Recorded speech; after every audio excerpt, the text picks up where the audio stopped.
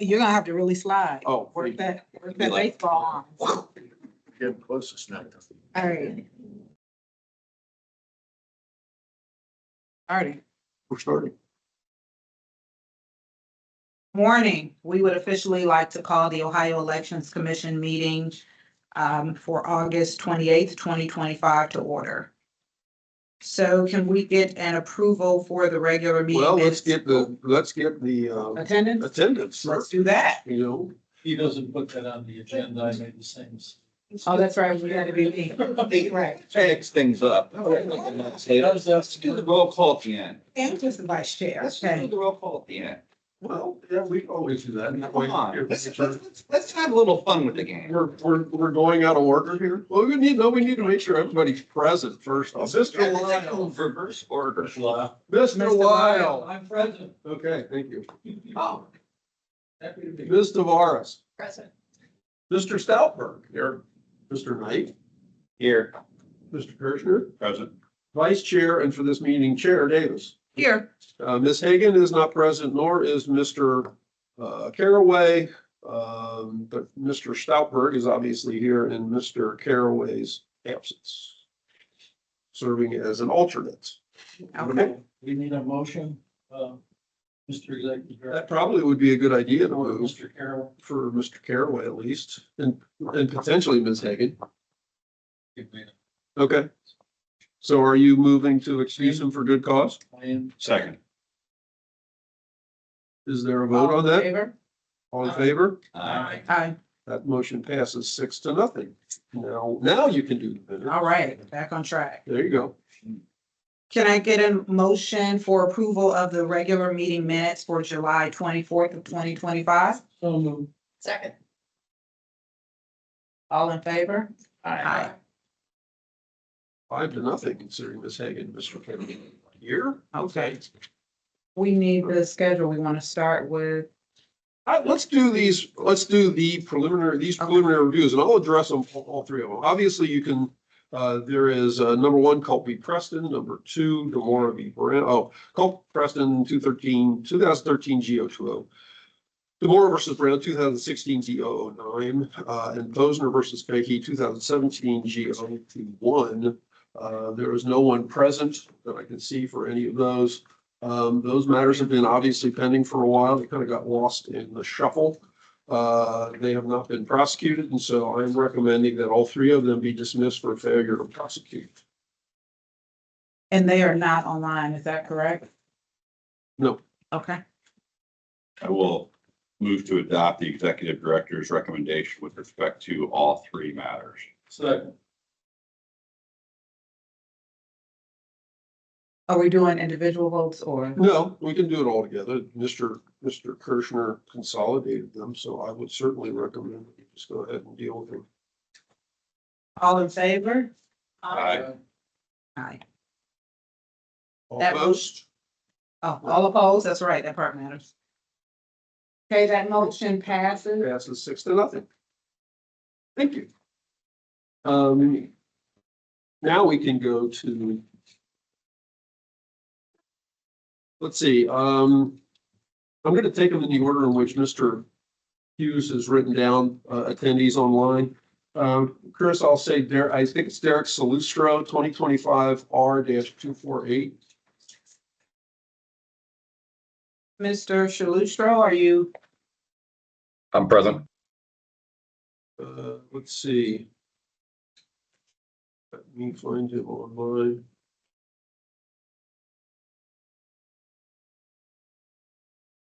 Can't find anything in there.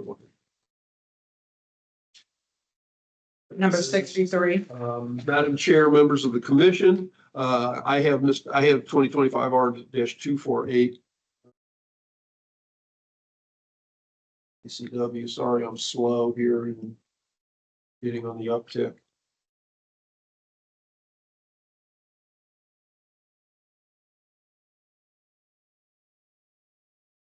This is a matter that was referred by the Portage County Board of Elections for failure to file the 2025 post-primary report. The report was due June 13th. It has been filed August 14th. My current recommendation is to find a violation, impose a $100 fine. primarily due to the fact that there has been no response submitted. If Mr. Salustro would be sworn to offer a statement to the commission, he could do that, and that might change my recommendation. Mr. Salustro, would you like to be sworn to speak to the commission this morning? You're on mute. You're on mute. Yes, please. Please raise your right hand. You swear or affirm to tell the truth, the whole truth, and nothing but the truth, so help you God? I do. Thank you. Okay, you can proceed, Mr. Salustro. I apologize for the not filing. I guess I was a little bit confused since I didn't take any donations. That's my fault. And, you know, I got tied up. I started a new business, so I've been working 80 hours a week. And so, you know, things have kind of slipped away from me that shouldn't have. I apologize. Okay, thank you. Thank you. Any Yeah. comments from the commission? Any Madam questions? Chair, just a Yeah. question of the executive director. Is this the first violation? This is the first time that Mr. Salustro has been before the commission, correct?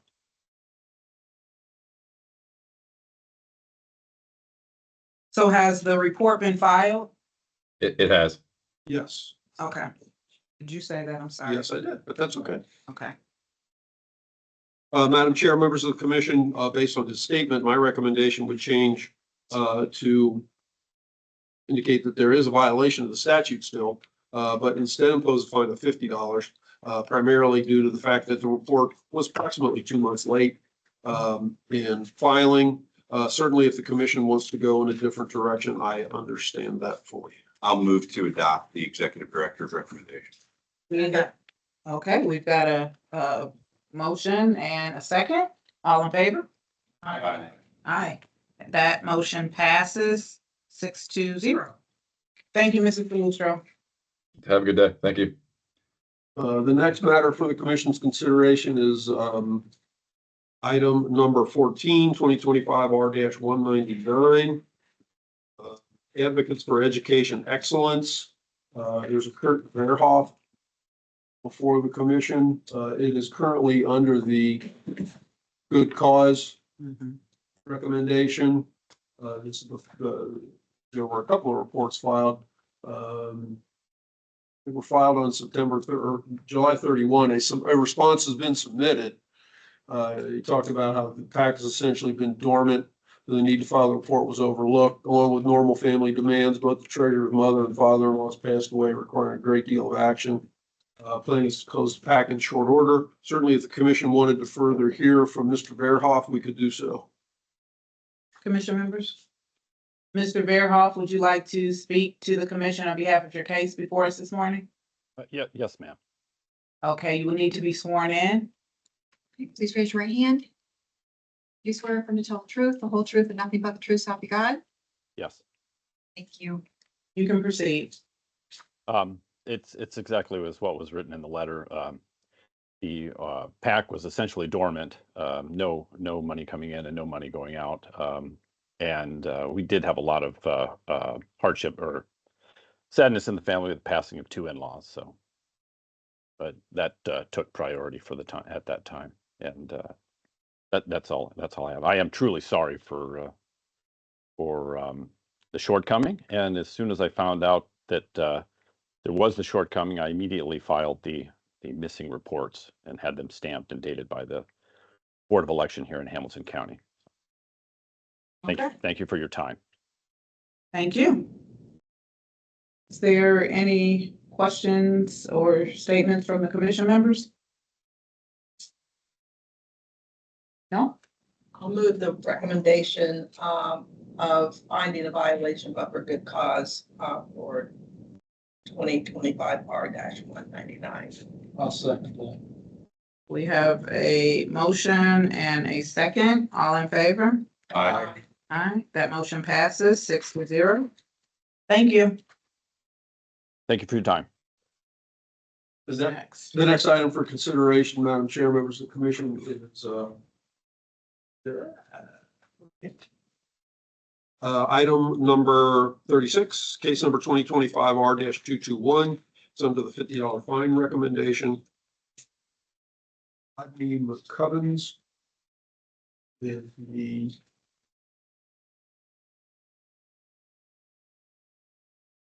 Rodney McCubbins is the candidate. This is a referral from Greene County.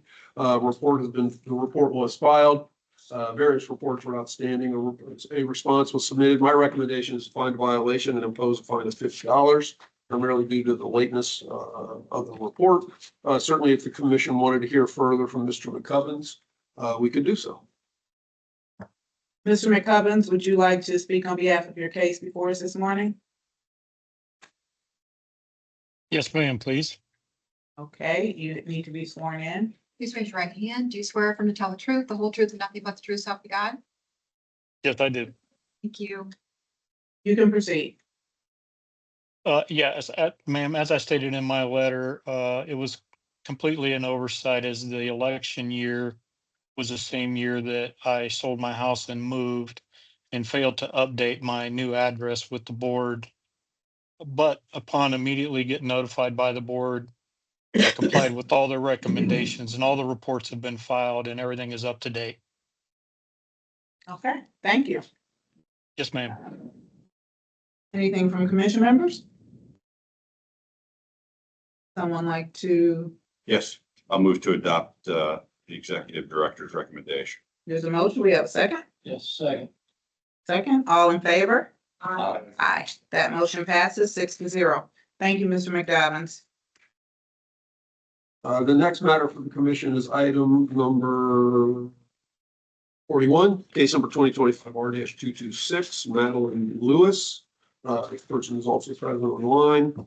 My recommendation currently is to find a violation, impose a fine of $25 per day. Would give the respondent the opportunity to have the matter reconsidered if the report is filed. The last information I got from the Greene County Board of Elections was that the reports that Ms. Lewis, they were looking for an addendum to her campaign finance report. That report had not been filed. And so that's the basis for my recommendation. Certainly the commission could hear further from Ms. Lewis. And Ms. Lewis is present online. Ms. Lewis is present online. She was, however, I'm looking at the attendance list right now and it appears that she is logged off. Oh, okay. All right, so we should probably hold off to see if she comes back. I would encourage that, yes. Okay, what's the next case? Hold on 1 second. The next one is, I apologize for being behind. Item number 35, case number 2025R-220, Theodore Hoke. Wait, what page is this? It's on the first page. It's under the $50 fine category.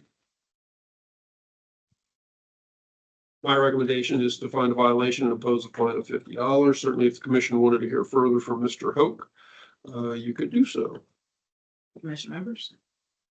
Mr. Holt, would you like to speak on behalf of your case this morning? Yes, ma'am. Thank you. Okay, you need to be sworn in. Please raise your right hand. Do you swear affirm to tell the truth, the whole truth, and nothing but the truth, so help you God? I do.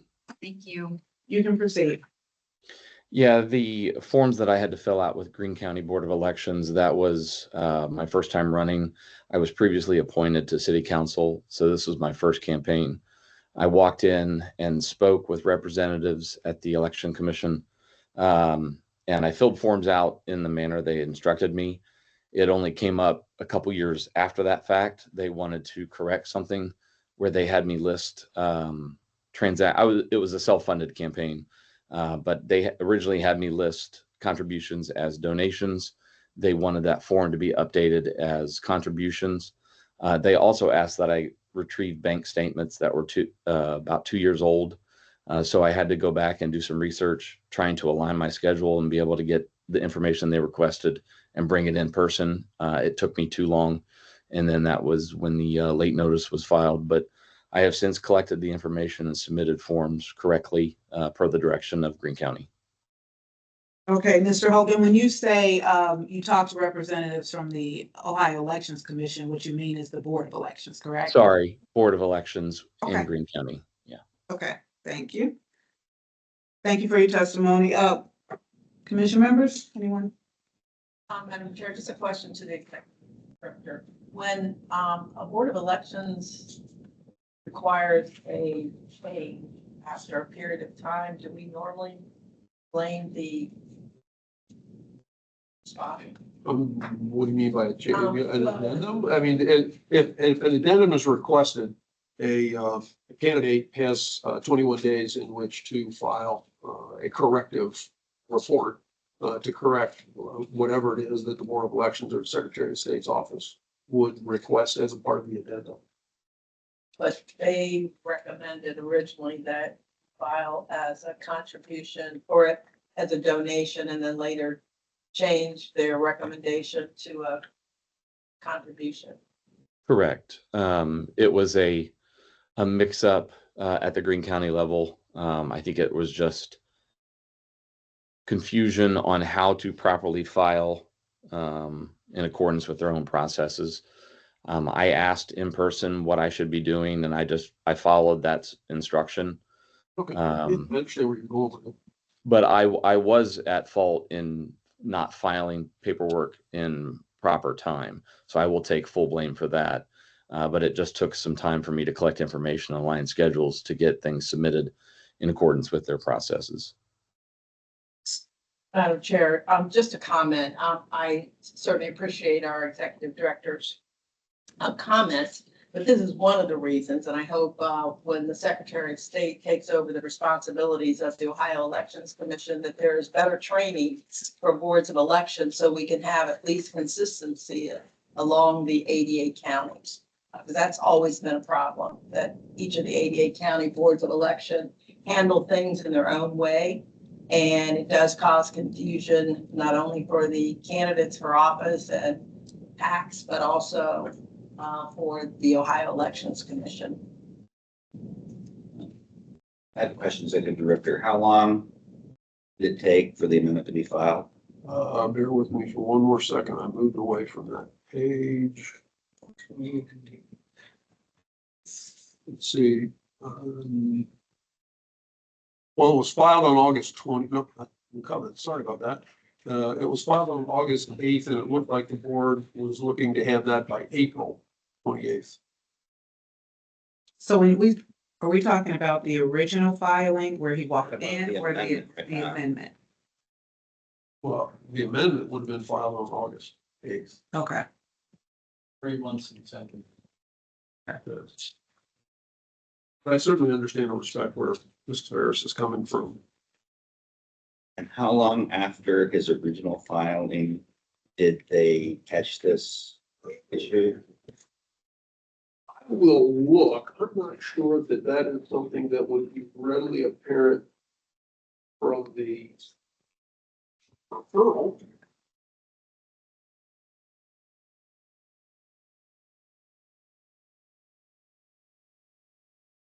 I'm not mistaken. I think my election was in November of 2023. And so I filed paperwork just prior to that. And then I was notified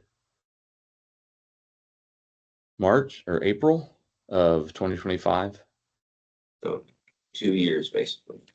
No, it looks like what they're asking. 23 post general or the 24 annual. Now, the 24 annual would have been filed in January of this year. 23 post general would have been mid-December of 2023. Talks about wanting to know if the loan was still carried. In-kind contribution for 795 has no description. 24 annual, there's $215 brought forward from the previous report, but the previous report has no balance on hand shown. Need to know where the 215 came from. So looks like there was a variety of questions both on the post general and the 2024 annual, and they sent out a couple of notices. Put it that way. And then each time I submitted a form, I went in person and asked for specific direction on what to do. This would be in my first cycle. Are you currently in office now, Mr. Holt? Yes, ma'am.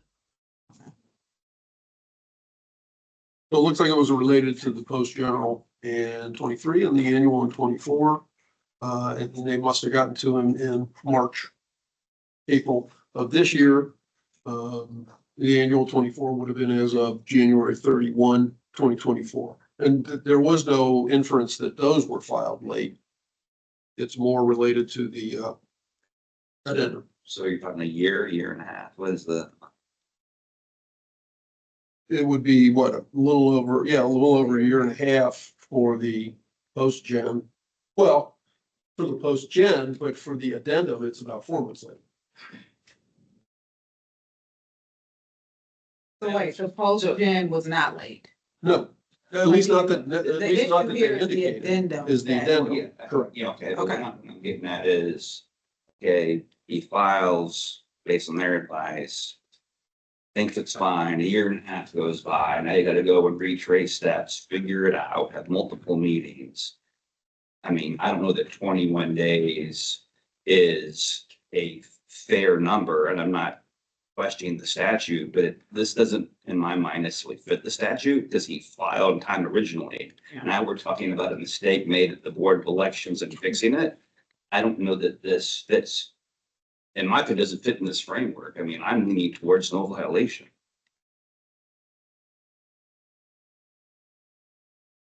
Anyone else? So are you- Madam Chair, I agree with Mr. Knight. Actually, I would make a motion for no violation. Second.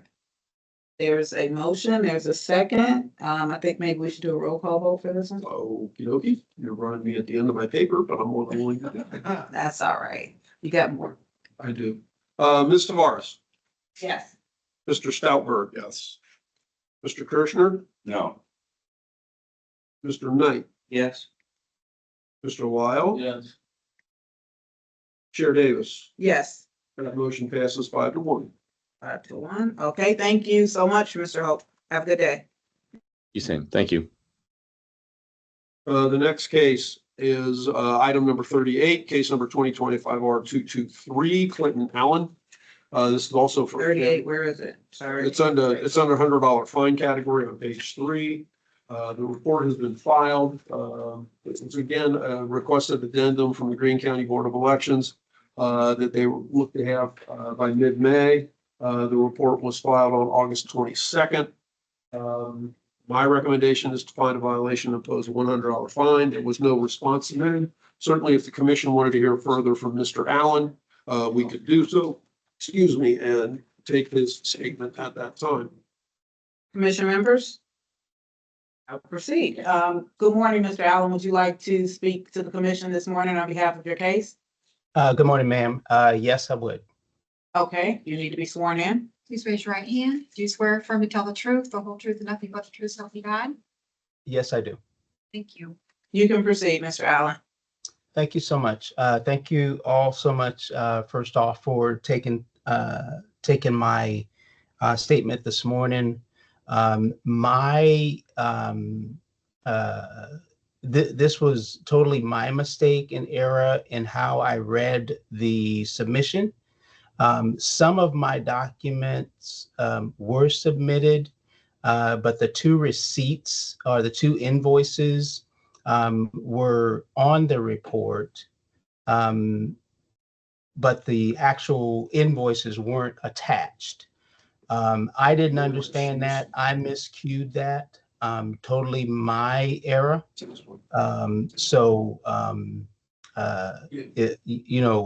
It's daunting, as I told Brian at the Greene County Board of Elections.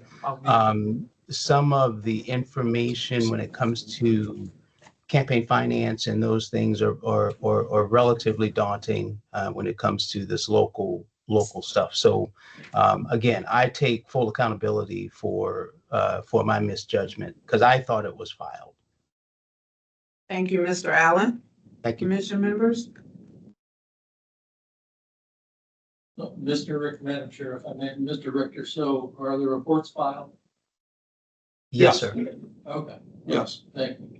Mr. Richter, is this the first time, Yes. Mr. Allen? Okay. So, Mr. Oh, I'm sorry. Is this an addendum again? This is an addendum again, correct? So, Mr. Allen, you did file the report initially. They just asked for more information subsequent to that. Yes, sir.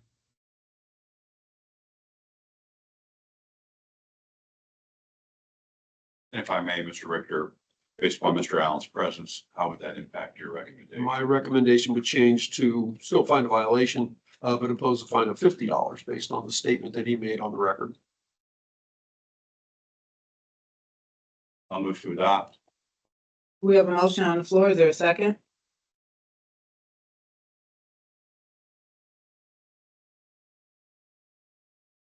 No second? Motion fails. Motion fails. Is there another motion? Is there conversation? Madam Chair, I'll make a motion that, there's. Mr. Lyle, I'm sorry, I don't want to cut you off, but I think Mrs. No. Commissioner Shaw, okay, go ahead, Mr. Lyle. Okay. I'll make a motion, to find no violation. Second. There was a motion, there's a second, all in favor? Aye. Aye. Any opposed? No.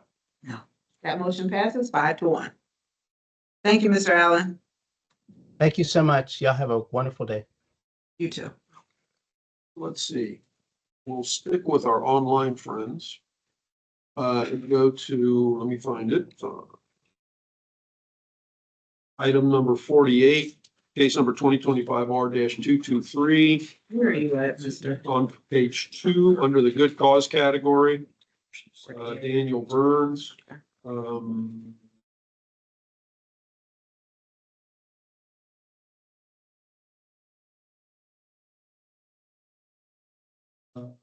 So from Cuyahoga County Board of Elections, it's for the late filing of the 2024 annual report that was due on January 31, filed on February 4th. So the report has been filed, a response was submitted. My recommendation is to find a violation, but for good cause not impose a fine. Certainly, if the commission wanted to hear further from Mr. Burns, we could be sworn and he could make a statement to the commission. Mr. Burns, would you like to speak on behalf of your case before us this morning? To the extent that the commission has any questions, yes, Madam Chair. Do you have a statement you would like to make? Nothing further than my response, no. Okay. Commission members, any discussion? I'll move to accept the executive director's recommendation. Second. All in favor? Aye. Motion did I hear a nay? No. Motion passes 6-0. Thank you, Mr. Burns. Thank you. All right, I'm going to call back before the commission, Mr. McCubbins, but this time for which we missed, sorry about that. Case number 2025R-228, which is under the $50 fine category. Fairborn levy supporters. The first one was for him individually. This is for him as treasurer for the Fairborn levy supporters. He would just need to be reminded that he has been sworn. If he wants to make an additional statement, like my recommendation is to find a violation, impose a fine of $50. Mr. McCubbins, you've been sworn already. Would you like to proceed with the case that's before us today, making a statement? Yes, ma'am, if I could, please. Okay, go ahead. Thank you, ma'am. Yeah, this particular one was complicated. This was my introduction to campaign finance, and it's been nothing but a topsy-turvy road, if you will. The previous treasurer for this committee suddenly became ill and subsequently passed away. So I agreed to take over as this treasurer, and a lot of miscommunication occurred subsequently, complicated with the matter that I did move residents in 2021, and it took a while for the Board of Elections to catch up because of my failure to register my change of address. Neither myself nor the deputy treasurer were notified until this year when we made prompt action to make all the corrections necessary. The account was closed on this pact in 2021. Once all debts were satisfied, all reports have been filed with the board to include a termination of this particular pact. However, they do continue to reach out to me to get additional documents. As an example, last week they reached out to obtain a canceled check front and back because the previous documents that I submitted weren't to their satisfaction. So I've complied with all the paperwork that they've asked for. Everything is filed, and we should be good to go, barring them contacting me anymore for any further documents. Okay, Mr. McDonald, when you say they, you're talking about the Board of Elections, right? Yes, ma'am. My apologies. Which county is this? Greene County. Green. Everything is green, okay.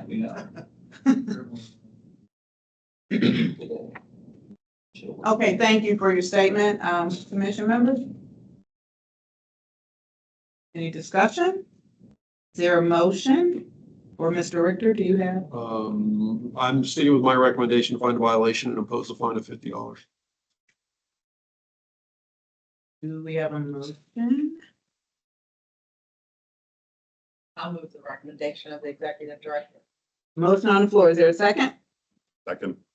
There's a second. All in favor? Aye. All opposed? No. Motion passes 5-1. Thank you, Mr. McCubbins. Have a great day. Thank you, everyone. You too. Next, I'm going to call two different cases before the commission that have the same treasurer, a gentleman by the name of John Hindery. It's cases 2025R-198 and 2025R-206. They're both under the good cause category. Citizens for Responsible Community Improvement, Southwest Ohio Citizens Opposed to Excessive Spending and Taxation. John Hindery is the treasurer for both of those committees. Reports have been filed, responses submitted, giving an explanation for why the reports were not timely filed. It's the first time before the commission for both groups and Mr. Hindery. And so my recommendation in both cases is to find a violation, but for good cause, not impose a fine or refer the matters for further prosecution. If the commission wanted to hear further from Mr. Hindery, you could certainly do so. Bill, he has been on and off the meeting a couple of times since I gave you that list. He logged in and logged out and logged in and logged out. And so he is currently out of the meeting. Okay, so maybe we'll push this back along with, I think it was Ms. Lewis, and move to our next case. And the next one I would call, there's also a pair of cases, items, and they're in different categories. One is in the good cause category and one is in the $50 fine category. They both involve the 212. Oh, no, the other one's a $100 fine. I apologize. They both involve the Hamilton County Democratic Party. One is for the Hamilton County Democratic Party campaign funds, and the other one is for the Hamilton County Democratic Party Judicial Fund. I'm recommending a $50 fine or $100 fine in case number 2025R-212, which is the Hamilton County Democratic Party campaign fund. I'm recommending the finding of a violation, but good cause as it relates to the Hamilton County Democratic Party Judicial Fund. The difference in those recommendations, both reports have been filed. The basic difference between the recommendations is in case number 211, the Judicial Fund, this is the first time before the commission. For 212, the basic fund for the party, this is the second violation before the commission. And there's a gentleman by the name of Alex Windsor, who is present. I'm not sure what his relationship is because the treasurer is listed as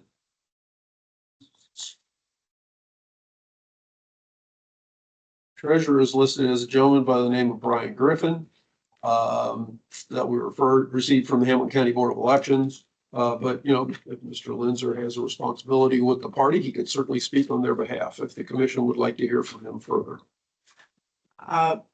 Mr. Lindsay, would you like to speak on behalf of both cases, 212 and 211? Yes, ma'am.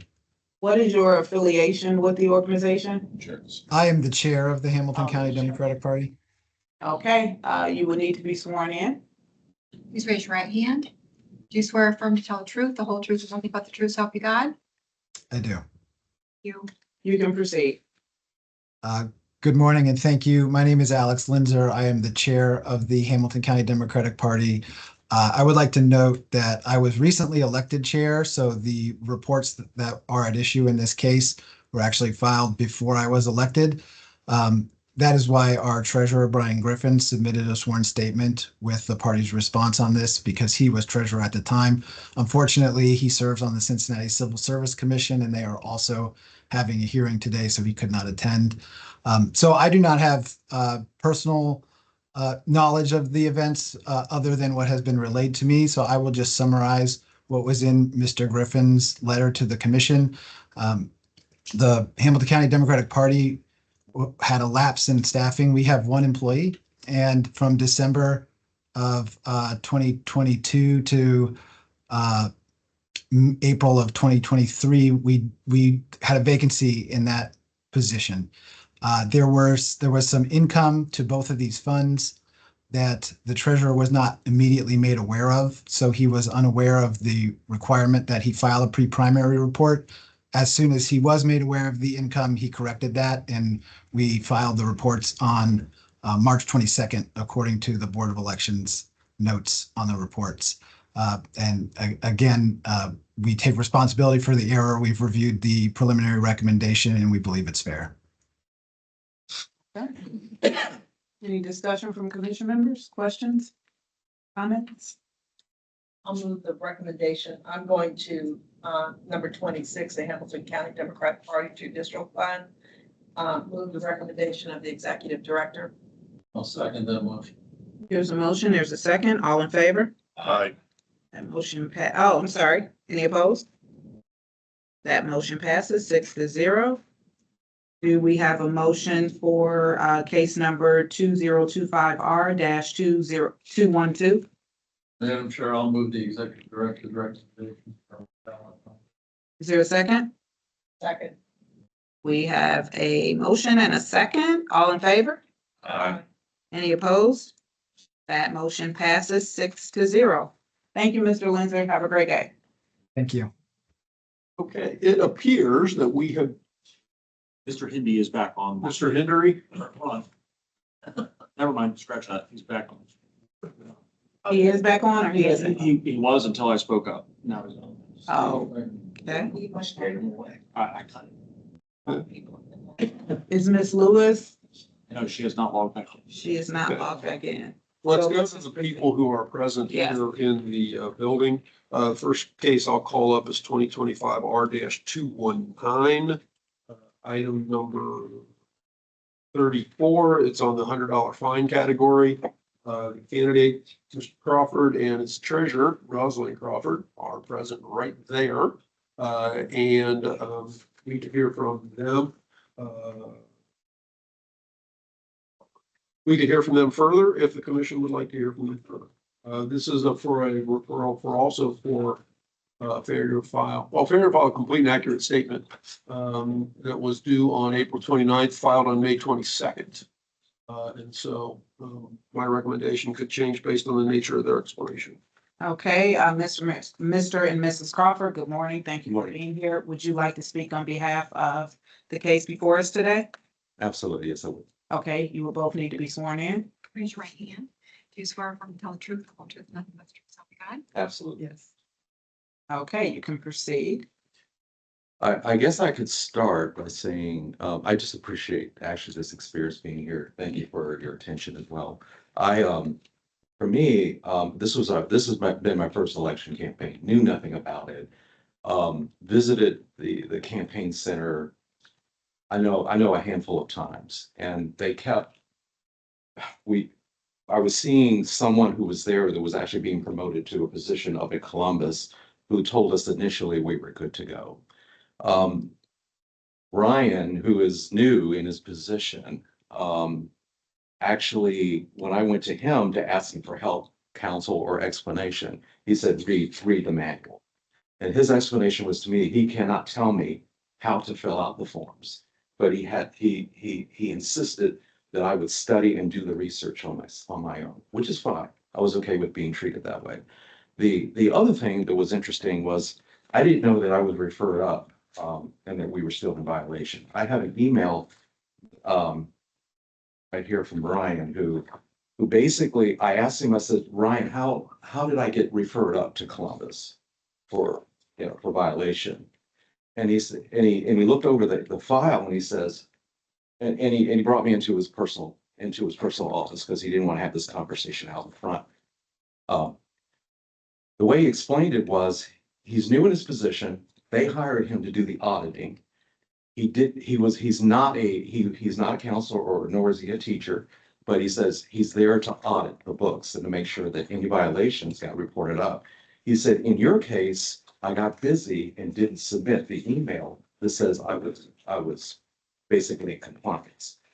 And I just said, now what do I do? So he said, I had to show up here, is what he told me, the explanation. He told me I had to be here. So he said, I better be here.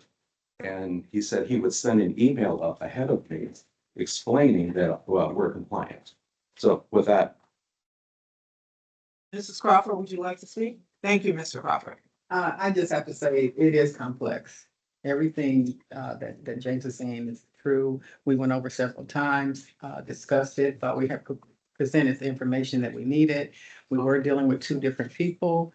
I have to say, we probably were just overwhelmed with the information and where it went and how it needed to go. So in that part, I'm saying, yeah, it's just too complex, but. I have Brian's email that he said he sent out to the division here. Did we get an email, Director? For some reason, my computer is not. Could you share that to? My computer is not researching my emails. Thank you. Madam Chair, I have a question. What position were you seeking in what town or county? Greene County City Council. Oh. And I was elected. Nobody expected me to be elected. Well, congratulations. Wait up, We also had to go back and find 2 years worth of information for them as well. The statements. Was it 2 years? It wasn't 2 years. Yeah, we had to go back. I had to, because they council. A year. Yeah. So when did you get elected, Mr. Crawford? It was a year. I'm sorry. In the 2023 election cycle. Now, 2023. if I could, Madam Chair, just read the email for everybody's edification. Thank you. Please. It's, do you know how you pronounce Brian's last name? Oh, it's Flanzer, I think. Flanzer. So it's from Brian Flanzer. The email that you refer to doesn't have his email address, but the one above it does. And it says bpflanzer@green.boe.ohio.gov. So that would indicate to me, at least, that's from the Board of Elections.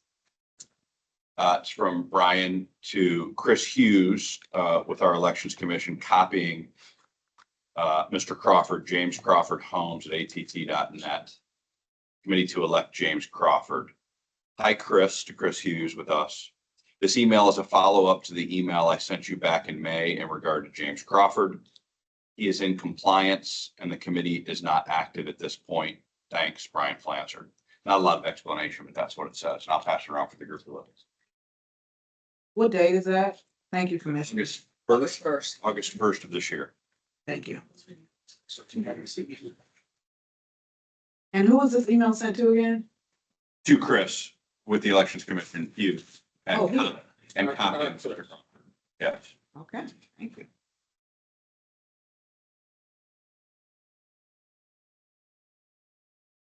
Chris, do you recall receiving that email? Yes, I've got the email and I forwarded it over. When I received it, I forwarded it to Bill. So that we both had a copy. Mr. Crawford, and Madam Chair, I may. Is this a situation where you didn't file a report or you had to go back and do a correction? He wants to go back and do corrections. It was a correction. Yeah. It was not a missing report. It was a correction, misunderstanding on my part of what was being asked of. If you could speak into the microphone. It was a misunderstanding of my part of what was being asked of me. And for me to go back mentally and try to remember all that. I'm sorry, Mr. Crawford, can you restate that? Can you restate the question, sir? Was it a report or was it an amendment that you were being asked to submit? It was an amendment. But your reports were filed timely. That is correct. We met the deadlines. Thank you. Yeah, Madam Chair, if I could, my question is, when it says in compliance, does it mean in compliance based upon some action that you took that was beyond a deadline, so you're now in compliance? Or do you think it was meant to say that you've been in compliance all along? Based on his testimony, he was in compliance all along, because he said when he went in, he asked what the problem was, and the guy said, I'm just here to audit, I really don't know. I'll send the email that you're in compliance. Is that correct? I'm sorry, there's just too much. Yeah. It is overwhelming. This is a different world. And I just do not have the dates. As you asked that question, I cannot answer it honestly, because I'm uncertain as to whether we were right on time, late, we met the debt. All I know is what he shared with me, why we're here today is he's busy. He's new in his position. He forgot to send up the idea that we were in compliance. That's all I know. And under the $100 fine, Commissioner, it says report filed, either no response submitted or no prior matter before commission. That's what you're saying There was based no on. response. So the report was filed, but we don't know if it was. Right, well, and that's what the board reflected, is that he did file on, and that's what It's all I about- said, It's all that about he the filed addendum. on May 22nd, correct. So But they were everything, anticipating that the addendum would be filed on April 29th. That's what I took from the referral information that they sent to us. so far, the majority of the cases that have come to us from Greene County happen to be based on amendments, addendums. It certainly appears so. Okay, thank you. Just a clarification question, because I'm a little unclear, Phil, this is for you. So is it your reading that Mr. Crawford is now in compliance, but at some time there was a late filing that still would justify the $100 fine? Or is it your view that there is no violation? No, my belief is that based on what the board sent to us, which was a referral for failing to file an addendum, to a couple of different reports, and they listed out various things in the referral form. It says, here's what needs to be included in the addendum. And their referral came to us on April 29th, 2025. And then we got a subsequent email that says that the report was filed, or that they were in compliance as of May 22nd. To me, that means that there's a violation because it was late. And they brought It was themselves late. They brought themselves into compliance. My recommendation would now change because of the statement made by the Crawfords here, not having a statement previously. As I oftentimes say, I can't make any assumptions as to why reports were not filed or whether they were late. And so I have to make a recommendation based on that. Considering the time frame here involved, my recommendation would now change based on hearing their explanation to, for the commission to find a violation, but for good cause not impose a fine. Now, if the commission wants to do something different, I certainly understand that, but that's where I am now coming from. The $100 fine, right, initially was because I didn't get a written explanation from a respondent, and I can't make assumptions under that set of circumstances. Now that they're here, make their explanation as to what happened. My recommendation would change, but certainly if the commission wants to go in a different direction, I always understand and respect what the commission ends up doing finally in a case. But my recommendation would be to find a violation, but for good cause, not impose a fine or refer the matter for further prosecution. Yeah, I would, unless there's further discussion, move to adopt the updated recommendation of a good cause finding. Is there a second? I'll second. All in favor? Aye. Any opposed? No. That motion passes 6-1. Thank you. 5-1. 5-1, I'm sorry. Thank you. You can have your email back. Thank you so much. The next case is also a person present here, James Froelich, who is the treasurer for the Friends of Sugar Creek Police. Item number 22, case number 2025R-227. My recommendation is to find a violation and impose a fine of $50. Is it item 22 matter 207? No, 42, item right? 42, 2025R-227. 227. Okay. Under 50. $50 fine. No, it's under the $50 fine category. And who do we have? Mr. Froelich I presume it's Froelich, is present here in person. Oh, okay. And if the commission would like to hear further from Mr. Froelich, you can do so. Like I said, a response was submitted. There were various reports that were not filed according to the Board of Elections. Yes, this is again Greene County. And certainly you could have Mr. Froelich sworn and we could hear further from him. Mr. Froelich? Are we pronouncing your last name? Okay. Please raise your right hand. Do you swear affirm to tell the truth? Yes. You can proceed. Thank you. Thank you. Mr. Richter is correct. There was a missing series of reports. This commission or this election was actually back in 2009. The report was filed after the election. We decided to put it on a shelf. I had no previous experience and there were no expenses or income of the $86 that was eventually taken by the bank for bank fees. Unaware that it was required to file an annual report. And when I got the initial notice from Greene County, I was having some personal matters with my wife and didn't even open the envelope until I got the letter from the Ohio Board of Elections. And I apologize for that. I actually work at the University of Dayton where I teach students to follow through and not leave things to go like this. So I tremendously apologize for that. But I agree with Mr. Richter's assessment of it. It is a violation. And I think it's fair what he's recommending. Okay, thank you, Mr. Froelich. Commission, any discussion? Yes, Everything is brought up. I do have a receipt from it. I don't know if Mr. Richter had a chance to follow up the board, but all reports have been brought up to speed and the not sure what it's called, but the Friends of Sugar Creek Township was terminated as of the last report. So oh, was terminated. Thank you. Madam Chair, I'll make a motion to accept the executive director's recommendation. We have a motion and a second. All in favor? Aye. That motion passes 6-0. Thank you, Mr. Froelich. What happens next? You will get a letter in the mail with the $50 fine that you will need to pay. And you can mail a check in for that. And if you have any questions, feel free to call Mr. Hughes at the Elections Commission.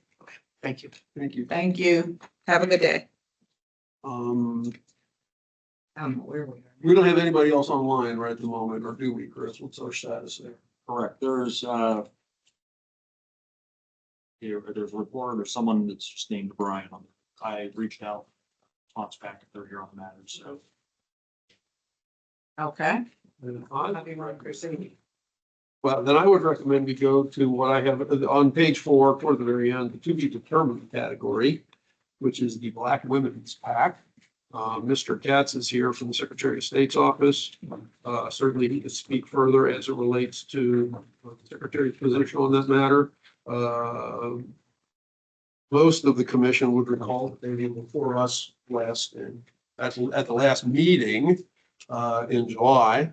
Mr. Stoutberg obviously wasn't here then, but the treasurer for the committee was present. Indicated that they wanted to go about correcting the outstanding reports, getting things done.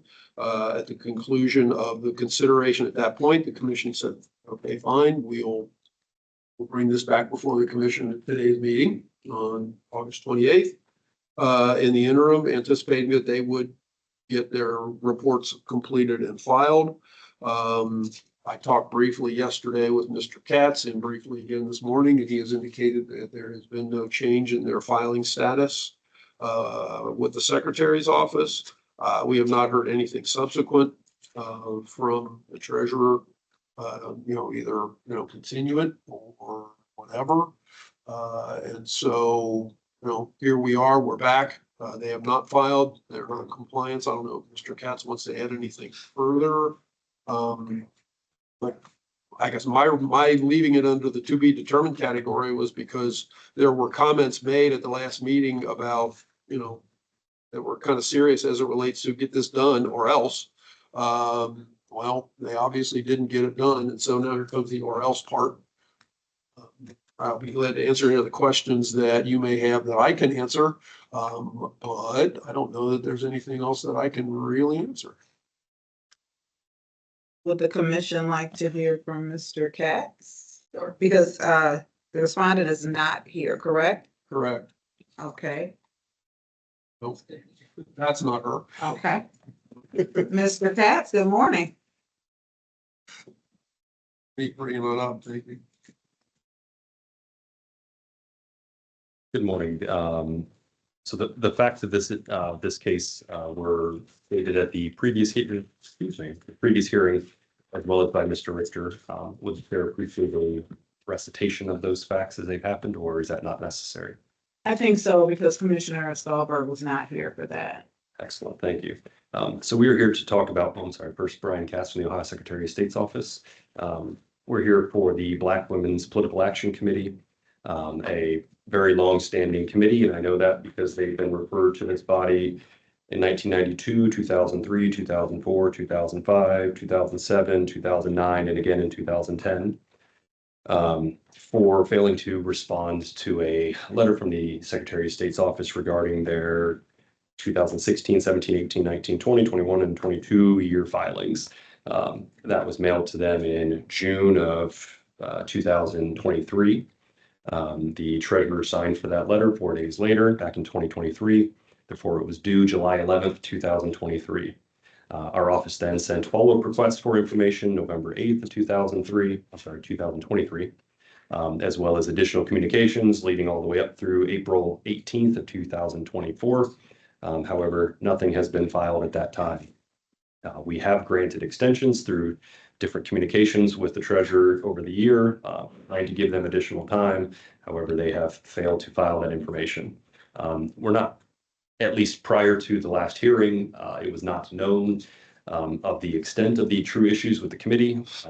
Our issues were just missing basic filing information such as street addresses for contributors, unclear entities, whether or not the entity that's giving money is an LLC or a partnership that's entitled to give, or if it's a corporation that is prohibited, other vague employer information, as well as just a lot of clear typos where they're juxtaposing numbers that are likely just juxtaposed numbers that needed to be fixed.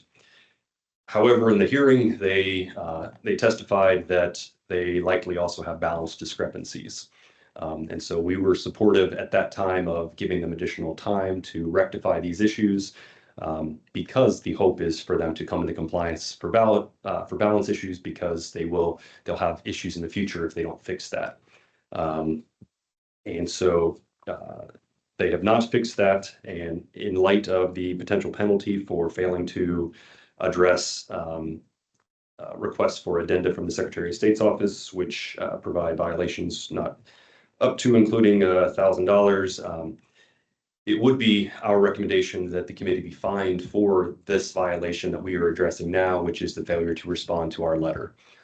We do not have actual evidence yet of their balance discrepancies, and so if and when they actually are able to resolve that issue, we will obviously want to work through that with them at that point in time to get their books balanced. But so far, there is zero evidence as to the actual balance discrepancy, and of course, it all could come down to a misunderstanding, and they might actually have proper balances as reported. But just for now, there's a long-standing list of issues that they have, simple issues that they have failed to file and address over the years, as well as then coming before this commission, asking for more time, being granted that more time and failing to do it again. And so just we would ask that a violation be found and a penalty levied, warranting the violations that have occurred. Thank you, Mr. Katz. Madam Chair, Yes. I just have one question for Mr. Katz. Good morning. Yeah, sorry. Well, thank you. How about you? Good. So since our last meeting, was my understanding that they were supposed to reach out, you guys were supposed to get together or have a conversation. Did any of that happen? No. Thank you. Madam Chair, just one question if I could. Yes. Mr. Katz, as far as the fine, what's your recommendation or suggestion? So it is tradition of our office not to give exact amounts. However, I would not shy away from saying that in light of the maximum penalty being $1,000 and the egregious nature, and as well as just the wasting of the time of the commission, that with having asked for additional time and then not doing anything as well, that it be on the higher end of the scale. Thank you. Madam Chair. Yes. Mr. Katz, the violations that you sent the letter to the PAC on, did that go back to which campaign report? How far back did it go? 2016. Okay, so if they had complied with whatever was asked for in that letter, they would be up to date from 16 forward. So this is a committee that receives letters every few years. And so when we're addressing 2016, it's not because that's the first time we've addressed something in 2016 with them. And so it's a series of, you still haven't fixed things from prior reports. We have to call it out to their attention again. So if they had addressed these issues, they would have solved their 2016 to 2022 issues.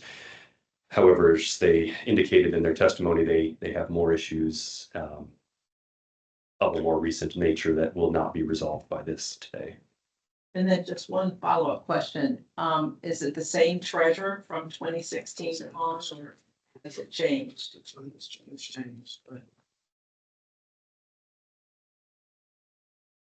I can see in our letter of 2020 that it was Marie Valley Solomon, who appears to be the same treasurer. So only for sure as of 2020, for the past 5 years, it has been. Although I believe the person who showed up said she was new. That's Ms. Solomon that was here the last few times. So just our office sent a letter to that committee to her as treasurer May of 2020. So she's been the treasurer at least 5 years now. Thank you. Questions, discussion? Mr. Richter? Yeah, I'm not looking at the actual DOT, but in your records, it indicates that there was an updated, some sort of updated information in August of 23 for updated treasurer at that point. A recollection that I have, and I wanted to see if you're in agreement with this or if you would prefer us to go in a different direction, Mr. Katz, was that some of the discussion that occurred at the last meeting was an effort to try and bring them into compliance so that they could just kind of move forward, as it were, which they denied they wanted to do. They wanted to try and correct, and obviously we're here for later and it hasn't been corrected. Would you endorse a finding by the commission that says that we would declare them in compliance as of August 28th, 2025, with whatever balance they show, and give them the opportunity to move forward with whatever that balance is, find a violation because they've been out of balance, and then impose, again, a substantial fine for the finding of a violation? Or would you prefer us to kind of leave it open in terms of where they are with their issues? Because it doesn't sound like they're going to get their issues resolved based on the nature of the conversation at the last meeting, what you have just said, and our general understanding of these circumstances. So that's a great question. Thank you. I would not be in support of that because of the fact that I don't know what the substantial nature of their, I guess, sorry, let me check real quick. Did I have a note on their balance? So their last balance was $25,000 on hand. And so we don't know if someone stole $25,000. And so a $500 fine for stealing $25,000 would not be appropriate. Right. And so I would be in support of finding a violation, and we would consider the matter of all of these missing issues resolved so that they don't have to come into compliance for the missing employer information, addresses, et cetera, from those reports. But we did not accuse them of having a balance discrepancy because we didn't know about it and we don't know the extent of it yet.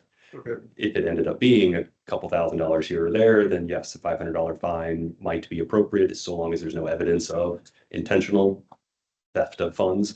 But because of the nature of just it was it was a surprise when they brought up that they have balance discrepancies that they have to address and then haven't. And so we don't know the scope of what that issue is. It might be much more extensive than even 25,000, but so just not knowing that amount, I don't believe we would recommend adding that violation today. Okay. Yeah, I just wanted to make sure, because the last thing I want to do is put your office in a difficult situation.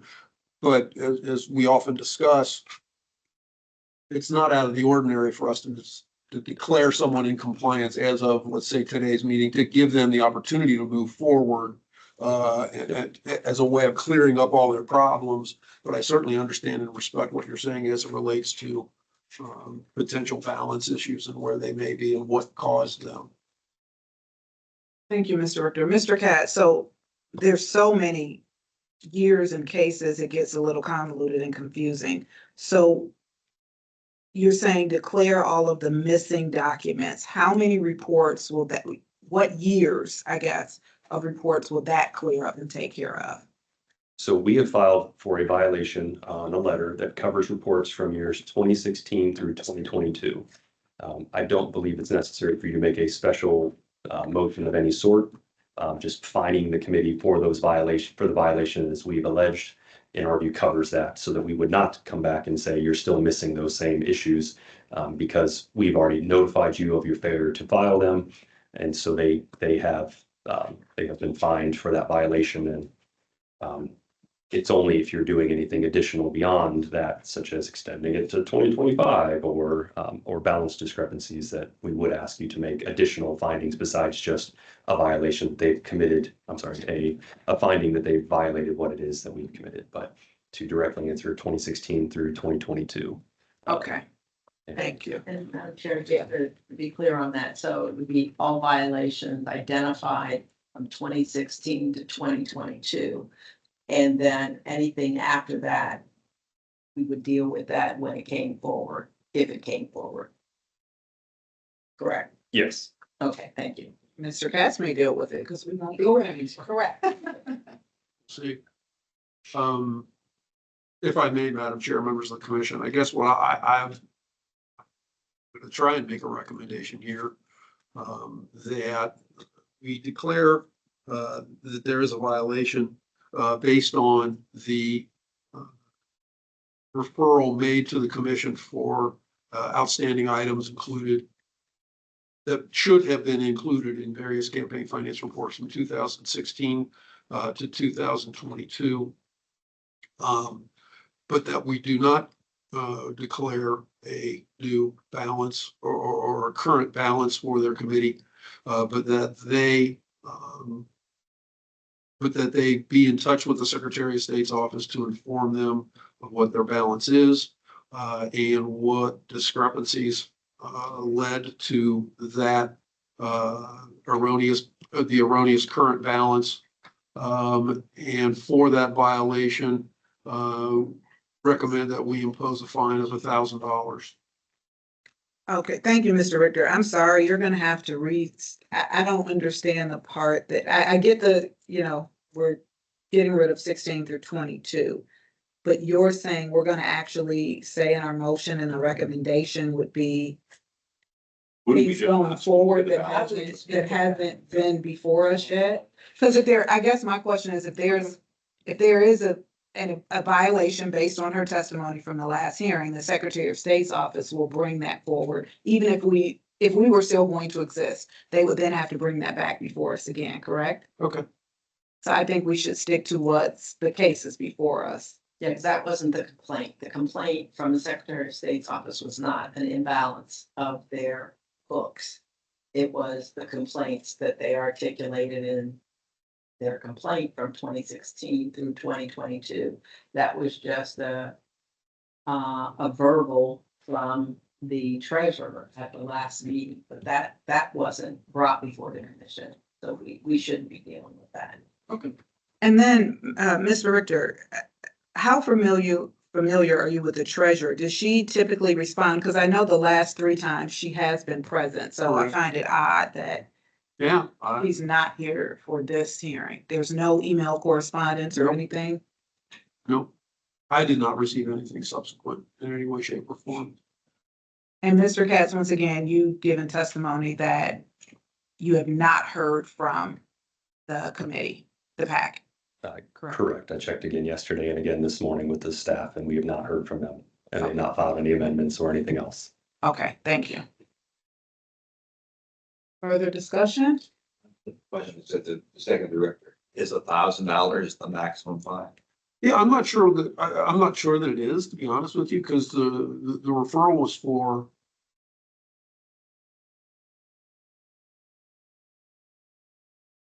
Referral was for a failure to file the requested addendums under 35-17-11. There's timeframes for that I believe correlate to the 35-17-13 statutes that allow the commission to impose a fine of up to $100 per day for late filings. And that's always the way the commission is operating. But, you know, I was based on Mr. Katz's comments to the commission. I certainly wouldn't discourage a more substantial fine. So what is the maximum fine? I believe it would be $100 per day for however long it's been since they didn't file their report. You know, considering we're dealing with a 2024 referral, 2024 referral, I don't know, is it listed in there? I can check the.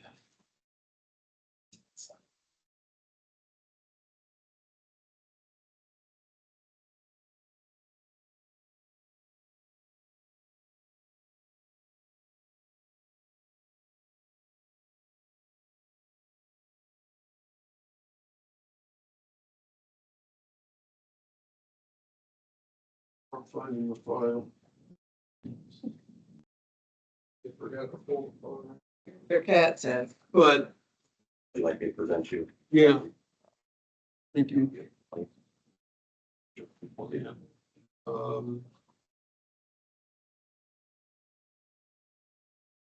And they gave a variety of dates on which things were supposed to have been submitted through time, starting with June of 2023, but the last one being April 18, 2024. You know, and so the referral was made with us in September of 2024, based on the fact that they hadn't filed anything in April of 2024. You know, so I mean, you're looking at $100 per day from April to now. That's obviously well over 420 days, which put it at over $42,000. Thank you.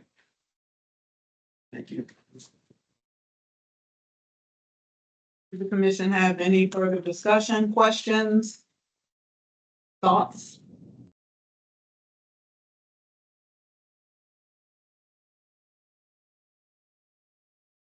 Anyway, I'll go back, you know, let the commission find a violation based on the referral submitted to the commission by the secretary's office that covers reports from 2016 to 2022.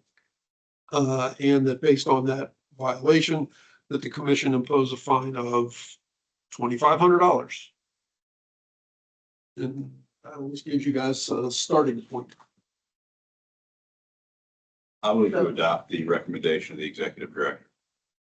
We have a motion on the floor. Is there a second to adopt the executive director's recommendation? This, Madam Chair, I have a question for the executive director. So, Phil, looking back at your history, I don't know if there's a, you know, similar case to this, but typically in a case of this nature, what is the fine that we impose? This is, well, handling it in the manner in which we are has definitely been, is a bit out of the ordinary for how the commission would normally operate. I don't know that there is, as I try and think back on it, a good representation of what might be a fine for this kind of a situation. Because sometimes we'll take into consideration, you know, what the balance of a committee's account is. Right. And, you know, and maybe we'll impose a fine of $500 because that's all they have in that account. Here, at least they're reflecting a much more substantial amount of that. I wouldn't suggest, you know, a fine amount of that level. But certainly $2,500 is a more substantial fine than the commission imposes in most cases. Even cases of situations like this, where you have an extended period of time that the group has been outstanding. You do have at least a discussion with the treasurer at various times about the fact that they're going to try and bring it into compliance. There's at least an interest in trying to resolve the matter, which sometimes you won't see, when we're imposing per diem fines and it gets to be a substantial amount, because they've been outstanding for so long. And so I don't think that I don't think I can identify a specific amount that would reflect it, aside from the fact that I just made a recommendation for $2,500. Yeah, I would, and Madam Chair, if I could, seems to be an egregious matter that is unique. And I think that the $2,500 fine strikes a nice balance. I could be persuaded more than that. If there were less than that, I would vote against it. But I think that there isn't a similar fact pattern. It's unique, it's egregious. The recommendation from the Secretary of State's office, or at least framework, was 1,000. I think that on balance, Mr. Richter's recommendation is sound. Thank you. Madam Chair, I would just add that, we did give them every benefit of the doubt. In my 4 years with the commission, I don't actually recall us extending a period like this where we said, work with the Secretary of State. It was their duty to work with the Secretary of State. According to Mr. Katz's testimony, they didn't even call. I mean, in my opinion, they should have at least called or said, we're having difficulties here or not. There's no communication, so I would not normally be in favor of a fine like this. But given these circumstances, I would agree with the executive director's recommendation. I agree with everything that's been said, except I think 2,500 is not enough. I more in the $5,000 category. Well, I think from a procedural We perspective, have the motion. yeah, I have a motion. Either we second it or not, and then someone else can make I it. didn't hear, I just heard the recommendation. I didn't hear a motion. Mr. Katz, I'm sorry, I did not hear. Mr. Kirschner approved my recommendation, or accepted it. Let's put it that way. I'll second Mr. Kirschner. There's a motion on the floor. There's a second. I think we should do a roll call vote. Give me a second here. Ms. Tavares, No. Mr. Stoutberg, Yes. Mr. Knight, No. Mr. Lyle, Yeah. Mr. Kirschner, Yes. Chair Davis. Yes. That motion passes 4-2. So the motion to accept my recommendation of a violation and an imposition of a $2,500 fine has been accepted. So that motion passes 4-2. Correct. Well, wait a second. We only have 6 people. Right, 4-2. 42. But who was the fourth? I thought that Tavares. I was the fourth. Tavares was a no. Stoutberg, Lyle, Davis, Kirschner. Lyle. Tavares was a no and. Good. And I thought it was Wright was a no. Thank you.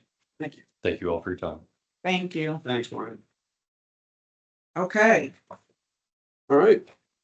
get back to the top of the agenda, right? Well, should we, the lady in the back there is here for the advisory opinion.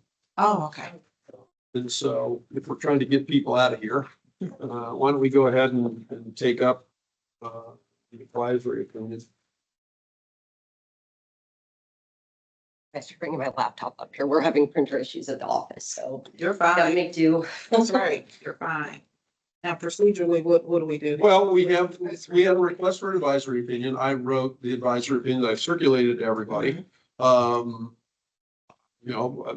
wasn't comfortable with the advisory opinion. Probably wouldn't have circulated it. And so I think it's a fair response to the questions that have been posed as it relates to the security issues. And so I certainly, endorse the commission taking the issue up and approving the advisory opinion. But certainly if the commission members have any other questions or concerns. I'm here to ask any questions. My name is Stacy Hoff. I'd be here to answer any questions or provide any other additional information about our request. Okay, There you go. so I I'll be think, glad to answer any of the questions too that I can answer as it relates to the basis for my writing, but it's there for everyone to take into consideration. so procedurally, do we have Ms. Hoff speak and then, If the commission wants to hear from her further, but, the advisory opinion request, is a 2-page letter that outlines the the basis, gives some, cross references to, Federal Election Commission advisory opinions, that I've somewhat relied on, which I normally don't do, but did here. And, you know, I've essentially, concluded an agreement with their 3 requests.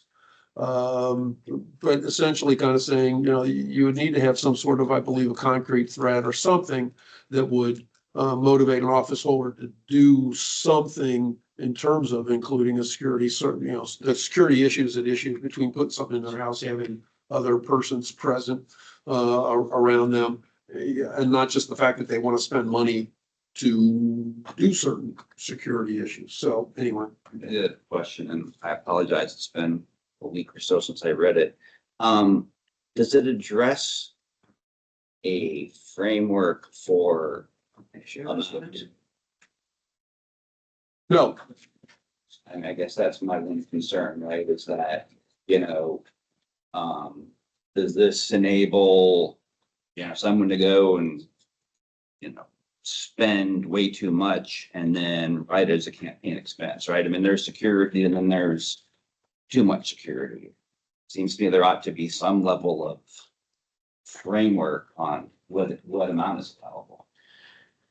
Commissioner Knight, in response to that, I would disagree with you, simply having been a candidate who actually has experience, stalking and threats, and I had to purchase cameras, and I still didn't feel secure in that. And I actually hired a defense team to come in my home and show me how to use a weapon, where to place a weapon, and where to stand if I needed to protect myself, because I was truly in fear. So I guess for me, it's very personal, and you don't know the level of fear that someone has or what their personal circumstances are. For me, I was a single woman in my home alone, and I had great fear, as opposed to maybe, and it's not to make it comparable, but if there's a man possibly, you know, who doesn't have that same level of concern as I have.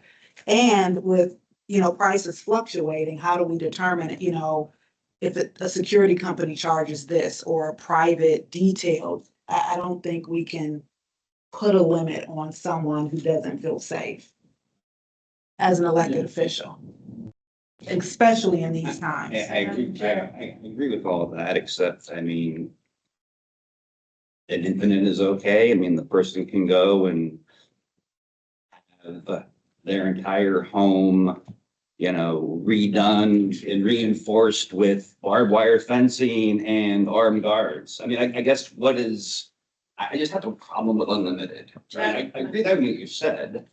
I agree with everything you said. I just having zero cap just gives me a little bit of heartburn, right?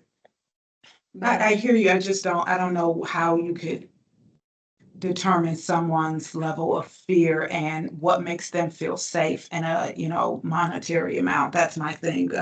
Yeah, Madam Chair, I guess my comfort level is twofold. First of all, there has to be a documented threat. And second of all, there's got to be, I mean, the campaign coffers have what the campaign coffers have.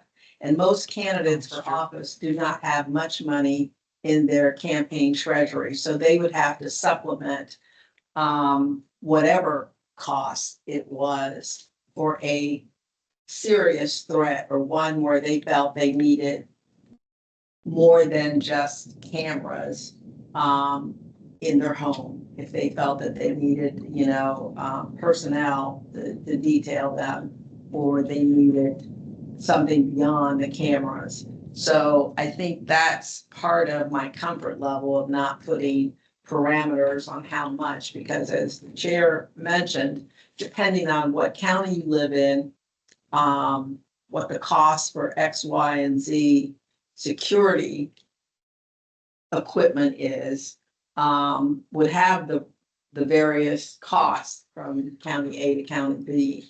And so, you know, and then you also have the public scrutiny of how much candidate A is spending versus how much candidate B may be in the same county. So I would be hard pressed to come up with a legitimate number that you can't go beyond X amount of dollars to protect yourself and your family.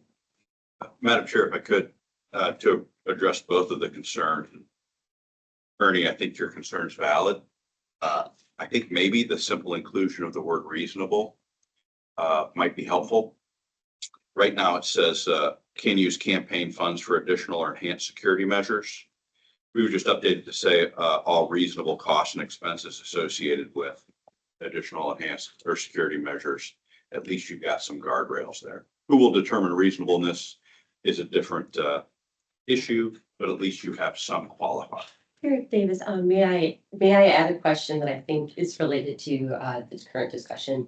Yes, please. Thank you. So I think it's all very established in the opinion. It's very clearly written that the threat must be direct. It must be specific. It's not just a nebulous sort of threat. And it must be because of but for campaigning or holding the public office, not just something that happened incidentally. I think the only question that I'm still unclear about from the opinion. Well, let me take a step back here because we were in the middle of a discussion. So we talked about the reasonable qualifier. What is your position as it relates to that issue?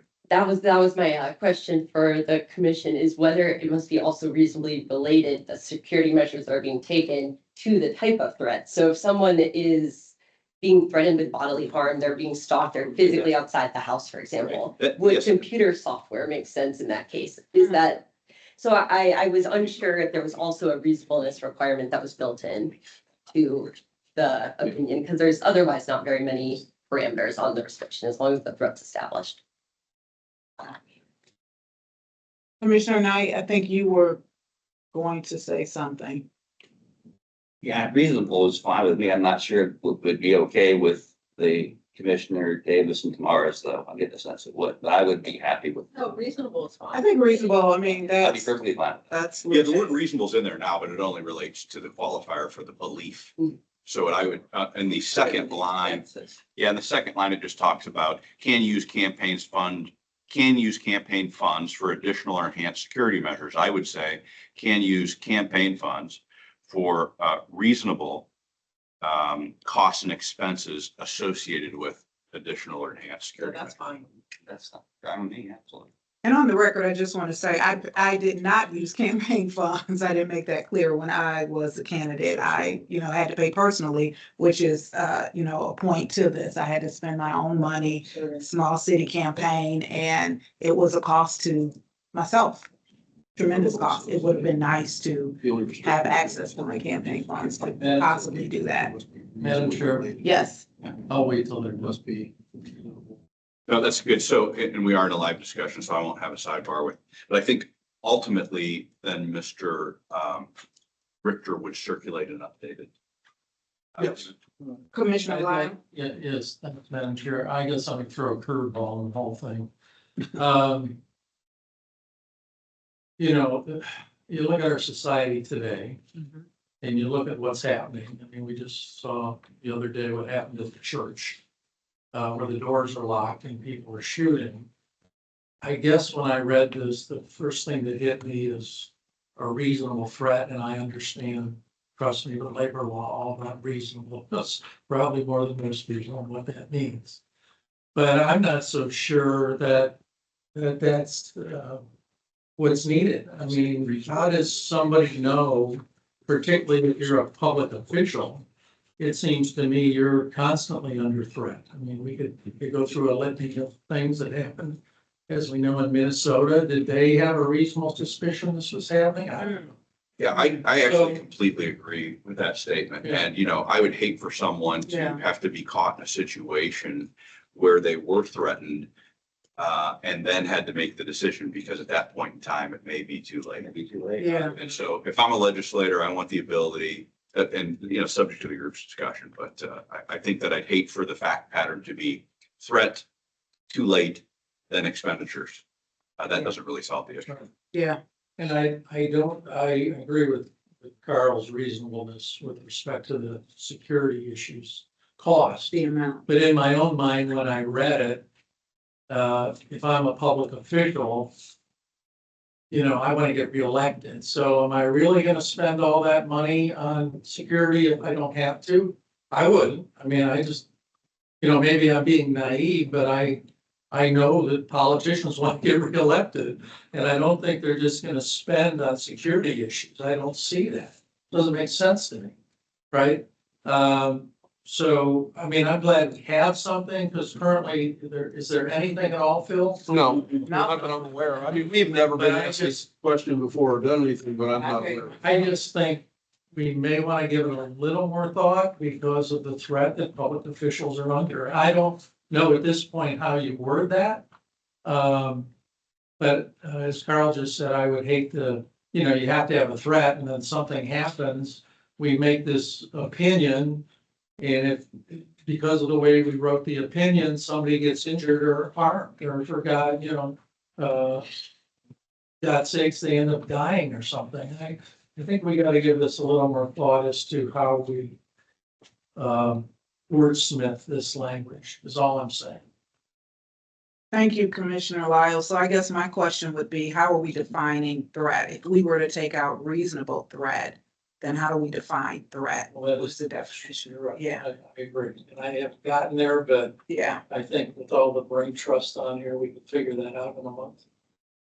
Yeah, I would just ask why we need to place a precondition. Yeah, why is there? Someone in public Right. office, That's where I. someone in public office could be subject to threats just by virtue of their election alone, Correct. or their viewpoints, or whatever the case may be. I would argue that those people may be a target regardless of a Absolutely. threat, and may want to undertake. Now, whether we approve campaign funds for those expenditures is a different issue.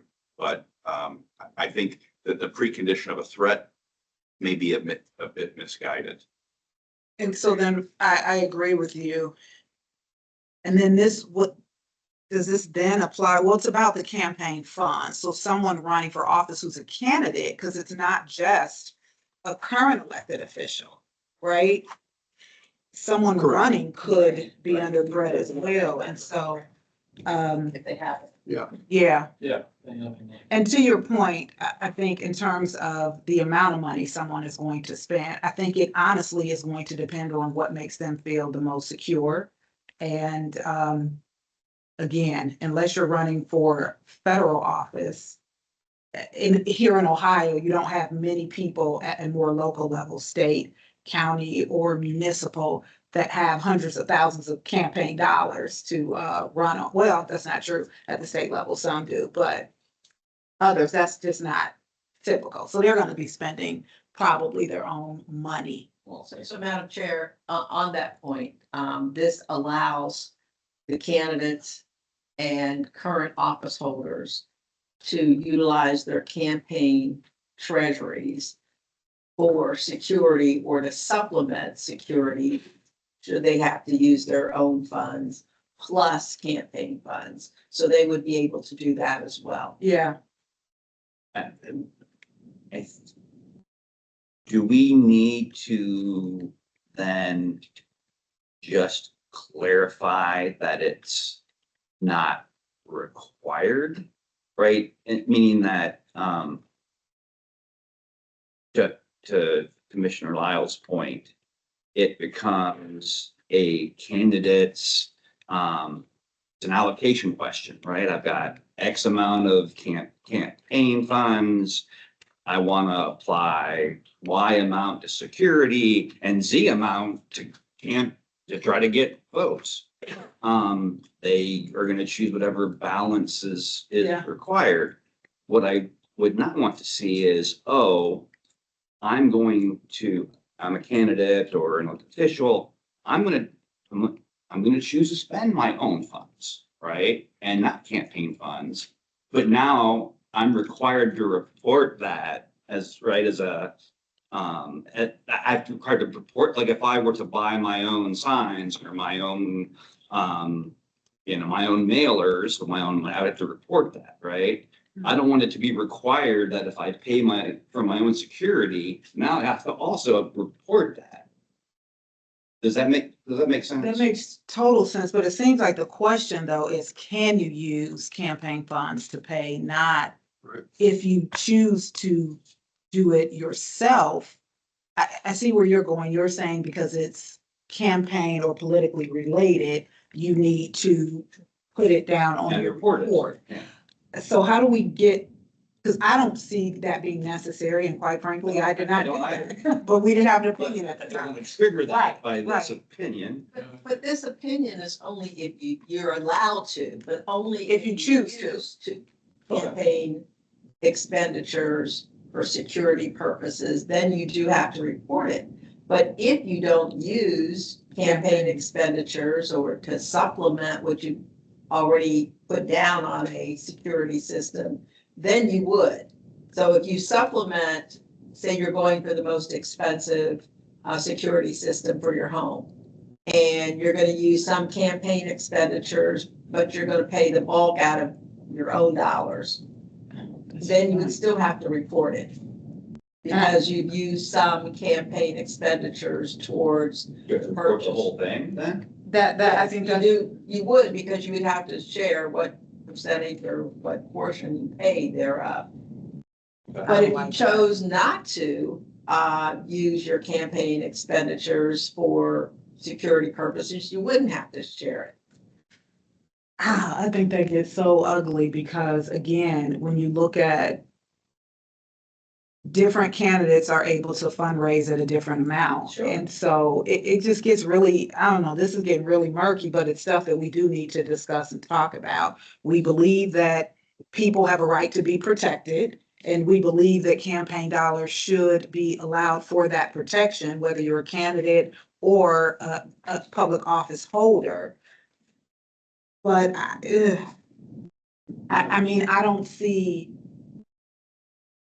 but we, is there a way for us to, I don't believe that you should, if I pay my own dollar, because what's the difference? If I spend my own money, to your point, if I spent my own money on signs, I would have to report that. So if I spend my own money for, this is an expense to the campaign, regardless of what it is, I would have to, I don't have to report that, but if I use some of it, I do.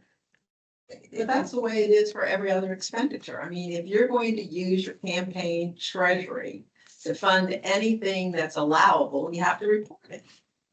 If you don't use the funds, you don't have to report it. But we're saying if you use your personal funds now, No. but you're saying if you don't have enough, if you use a If you portion. use any portion of your campaign treasury, yes, you do have to report. Right, but if you have to split it, because say the cost is $10,000 and you're deciding in your campaign, you have 10, but you're only gonna spend 5 of your campaign dollars towards it. So that other 5 that you're spending personally, you've got to report that. So then if your grandmother gives that to you to help you for your campaign, she's got to go down on your report and you got to have an invoice. You're just reporting what the campaign treasury has spent on that item, not what you yourself has spent. Okay, I thought I thought you were saying something different. No, I think for an expense like that, now, if you're buying signs and you pay half the signs yourself and you use campaign funds for the other half, that's an obvious campaign Absolutely. expense. You would need to list that as an in-kind. But if you're, to me at least, if you're making an expenditure like this and you pay half out of your campaign funds and the other half from your personal funds, there's a personal reason behind that expenditure. That may not be campaign related at all. And so you're just saying, okay, here's what I'm paying out of my campaign fund. I don't believe you would need to list the amount that you paid from your personal funds Okay, as an in-kind contribution. I don't believe. That was my point. I wanted to make sure that that was not. I don't believe that to be the case. So, Madam Chair, if I may. Commissioner Lyon? I had mentioned before, I don't feel comfortable right now making a decision. Right.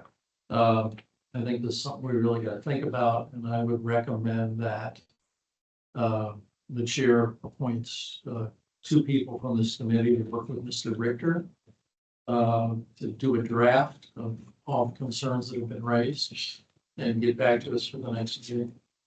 And our next meeting will be the 12th. Is that September 12th? Right now, it's the 11th, but we'll discuss that. Okay. Whatever our next meeting is, I've raised my concerns. I just am not comfortable with the current language, and I just don't want to tweak it quickly because we're gonna have to live with this whatever we do. So. Okay, so we still have a motion on the table, although we're having discussion. I thought you made a motion, no? Oh, that's right. I'm sorry. No. You're good. You're good. Sorry. We can just table it, but it's a matter of. I was suggesting that you would table it and go with the recommendation. It's not you, Mr. Lyle, it's me, okay? I'm talking to you. I meant that. Yeah. Well, Mr. Lyle, would you like to work on this particular? I think Issue? we need, Mr. Kirschner and Ms. Tavares.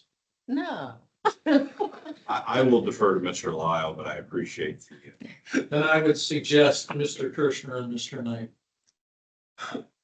I would not be able to commit time by the 11th or 12th. My schedule the next couple of weeks is insane. If you wanted to push it further back, then I'm happy to help, but I don't have the bandwidth. Let in the me, next 2 yeah, weeks. I hear you. And let me just provide an alternative suggestion. We're a small group. I think we're on the right track.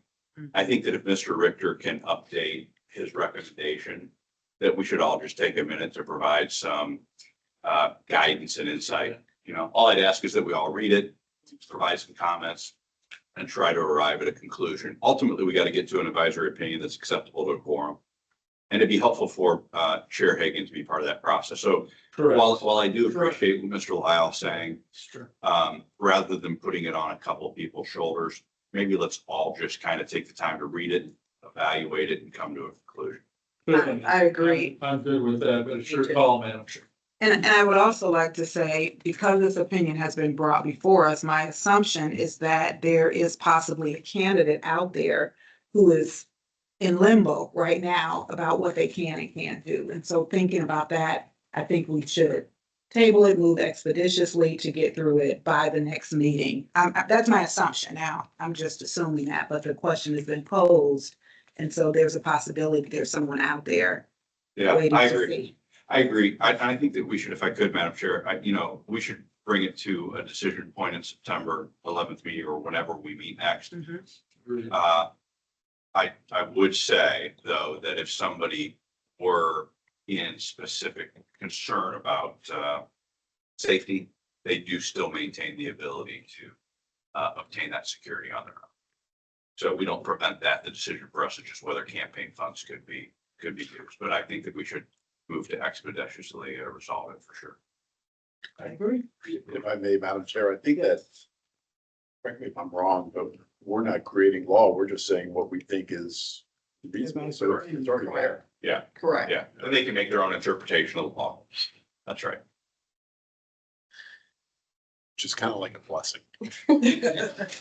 Go forth. I appreciate all the CYA. the consideration going into this. It is an important issue, and I think one that's on the forefront of many candidates and elected officials' minds. But thank you very much. Thank you. I would just close by saying, while certain comments have been made here throughout, and I greatly respect those, and we'll go back and review the audio tape. I would encourage everybody to respond to me in the next couple of days with the concerns that they have as it relates to the writing, so that I can then be aware of what everybody's concern is as I go about coming up with the next draft. I agree. Okay, so I would just encourage everybody to please reach out to me. Just email me as it relates to where you're coming from, what your concerns are, and I'll try and address them in the next version of the opinion. Because I think we're fairly close, if I may. Yeah. If I may opine on what is written in response to the questions. I agree that we don't share the same concern. Yeah. Let's do it right. Okay. Thank you very much for your time. Thanks, Thank you. appreciate it. Okay, All right, we're back to page 2. page 2. Page 2. The discussion. We're at the group recommendation stage. And the first one, I'll go ahead and address it. It's already been withdrawn. Brian Laubscher, item number 49, case number 2025 R234. The board has withdrawn that matter. Just the mere fact that we've acknowledged it is sufficient. No further action is necessary by the commission. Okay, Okay. next, I'll go ahead and just start addressing, Madam Chair. The next one, I want to bring these to everybody's attention, particularly, I think, give me 1 second, let me look at the explanation provided. I know one of them, they're slightly different.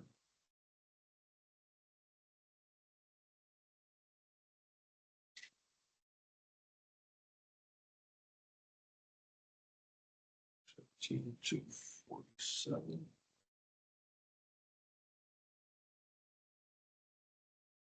Okay, Madam Chair, Madam members of the commission, I'm recommending no violation on each of these matters. 2025. 2025, I'm sorry, you're right. Items number 32 and 62, 2025 are 217 and 247. And I'll refer to them in reverse only because I'm looking at 247 on my recommendation sheet right at the moment. This is a situation where we haven't gotten a response, but the board referred this person for a late filing when they submitted their report at 4:06 when the board office closed, or the statute. The statute sets out a time frame of filings by 4 p.m. While there's no response in the referral, the board reflects conversation with the candidate that she had had a baby a week or so before the due date for filing, but that she got it there, but it was after 4 p.m. Obviously, there's prior in that matter, but my recommendation is no violation. Historically, we always said if a report is filed on the due date, if it's while the board office is open, they're saying they closed at 4, and so they said 4:06. But I thought it's on the due date, and considering what the board included in there concerning the what the candidate had a baby recently. I'm recommending no violation. The other one on 217, the treasurer completed the report on paper but could not get to the board office to file it as she had no transportation. And then in trying to submit the report online, it took her longer than she anticipated. And so it was filed at 5:32 p.m., which is after the board closed, but it was done online. And I point this out, this is the first time we've had a referral on the due date where technically it's still a 4 p.m. deadline, but it was filed at 5:32 online. And I'm pointing that out saying, I'm comfortable with this recommendation because it was filed on the due date. But I wanted to just point out the fact that historically it's been, if they filed it on the due date, but it's after or while the office is open. Here the office is closed, but it was because they did it online, they were able to still go ahead and submit it on the due date. I'm comfortable with my recommendation, but I wanted to point that out to everybody to indicate that it's a little bit different than what I've recommended in the past. And I wanted to make sure everybody was still okay with that recommendation and the potential finding. I'll be glad to answer any of the questions the commission may have. Question. Yes. I'm obviously fine with this, but I am curious on a couple of things. Is the 4 p.m. a statutory? That's long time from who knows when. Okay. I mean, So it that could be is when the original campaign Is it finance, 4 p.m. or when the board closed? 4 p.m. If you look at But that's probably way pre-internet. oh, it's, like I said, it's for when Yeah. the campaign finance portal was first established. And most board offices probably closed at 4 or earlier. Yeah. And very few of them were probably open later, knowing how boards of elections would have run in the 50s and 60s, because that's as far back as you go. And the fact that time has never been changed, it's 4 o'clock. Okay, so yes, that's. I'm with the recommendation of the executive director, Madam Chair. Second. Okay, all in favor? Aye. Any opposed? Okay, so the motion passes 6-0 for 217 and 247. Thank you. The next, I'll go on to the good cause category. These are all situations where the report's filed, a response was submitted. And it's, I hope I'm covering this correctly. Item 12, 2025 R297. Item 26. 197, sorry. Item number 28, 2025 R213. Item 61, 2025 R-246. All of the others were dealt with previously. Was 13? No, 13 was not. 13, we. Oh, did I not? Okay, 13. 2025 R 2213. 426. Was the 206. lady who was online and then left, right? The guy, 198 and 206, That's because right, those 12. together. 12, 13. 13, 21, 28, and 61 need to be addressed. So my recommendation is to find a violation, but for good cause, not opposed to finding those matters. So moved. Wait, which ones? I'm sorry. 97, 197, and 246. no, 198 was Hendley. Or what? He didn't Oh, show. Hendley didn't show. You're right. I'm sorry. I forgot. 13. and 198, 206, 213, and 246. So moved. Second. All in favor? Aye. Any opposed? Okay, case 197, 206, right? And 246 passed. 198, 213, 213, and 246, 198, 213, and 246. and 197. And 197 passed 6-0. Thank you. All right. The next category is a $50 fine. Reports were filed. A response was submitted. It's items number 18, 2025 R 203. Item 40, 2025 R 225. Item 58, 2025 R 243. Item 64, 2025 R 249. 65, 2025 R 250. 68, 2025 R 253. And 75, 2025 R 260. My recommendation is to find a violation, impose a fine of $50. So moved, Madam Chair. Do a second? Second. All in favor? Aye. Any opposed? Those motions passed 6-0. For that motion. We are now off to the $100 fine category. Reports filed and generally no response was submitted. We did deal with, it looks like 3 items from this category. But item 4, 2025 R 189. Item 22, 2025 R 207. Item 25, 2025 R 210. Item 20. Item 47. Yep. 2025 R 232. Item 54, 2025 R 239. Item 66, 2025 R 251. I'm recommending a violation and an imposition of $100 fine. There a motion? So moved. Second? Is there a second? Second. All in favor? Aye. Any opposed? That motion passes 6-0. Now the $200 fine. Next one, $200 fine. Reports filed, there was prior, at least one prior. Item number 24, 2025 R 209, and item 60, 2025 R 245. Your recommendation? I'll move the recommendation. Is there a second? Second. All in favor? Aye. Any opposed? That motion passes 6-0. The next matter, Madam Chair, members of the commission, is item number 45. Citizens for the Cleveland Public Library, case number 2025 R 230. My recommendation is to reconsider all outstanding matters. There are a number of them. Vacate the previous findings, consolidate all the matters. Not spell, even if the spell check doesn't know how to spell it. Find a violation and impose a fine of $500. That takes into consideration all the various findings of the past and tries to give them credit for filing their report. And so you've heard my recommendation as it relates to this case. Any questions? Is there a motion? So moved. Is there a second? Second. All in favor? Aye. Any opposed? That motion passes 6-0. The next matters, Madam Chair, members of the commission, these are matters that we had a history with these folks coming into Hamilton County for a lengthy period of time. The board hadn't referred them in a number of years, but they're back now.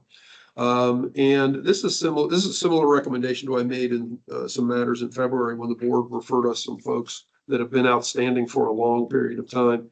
And so my recommendation in these 2 cases is to find a violation, impose a fine of $500, and declare the committee terminated. Any questions? Is there a motion? I'll move to adopt. Is there a second? Second. Second, all in favor? Aye. Any opposed? That motion passes 6-0. The next category is for these committees were referred for failing to file campaign finance reports.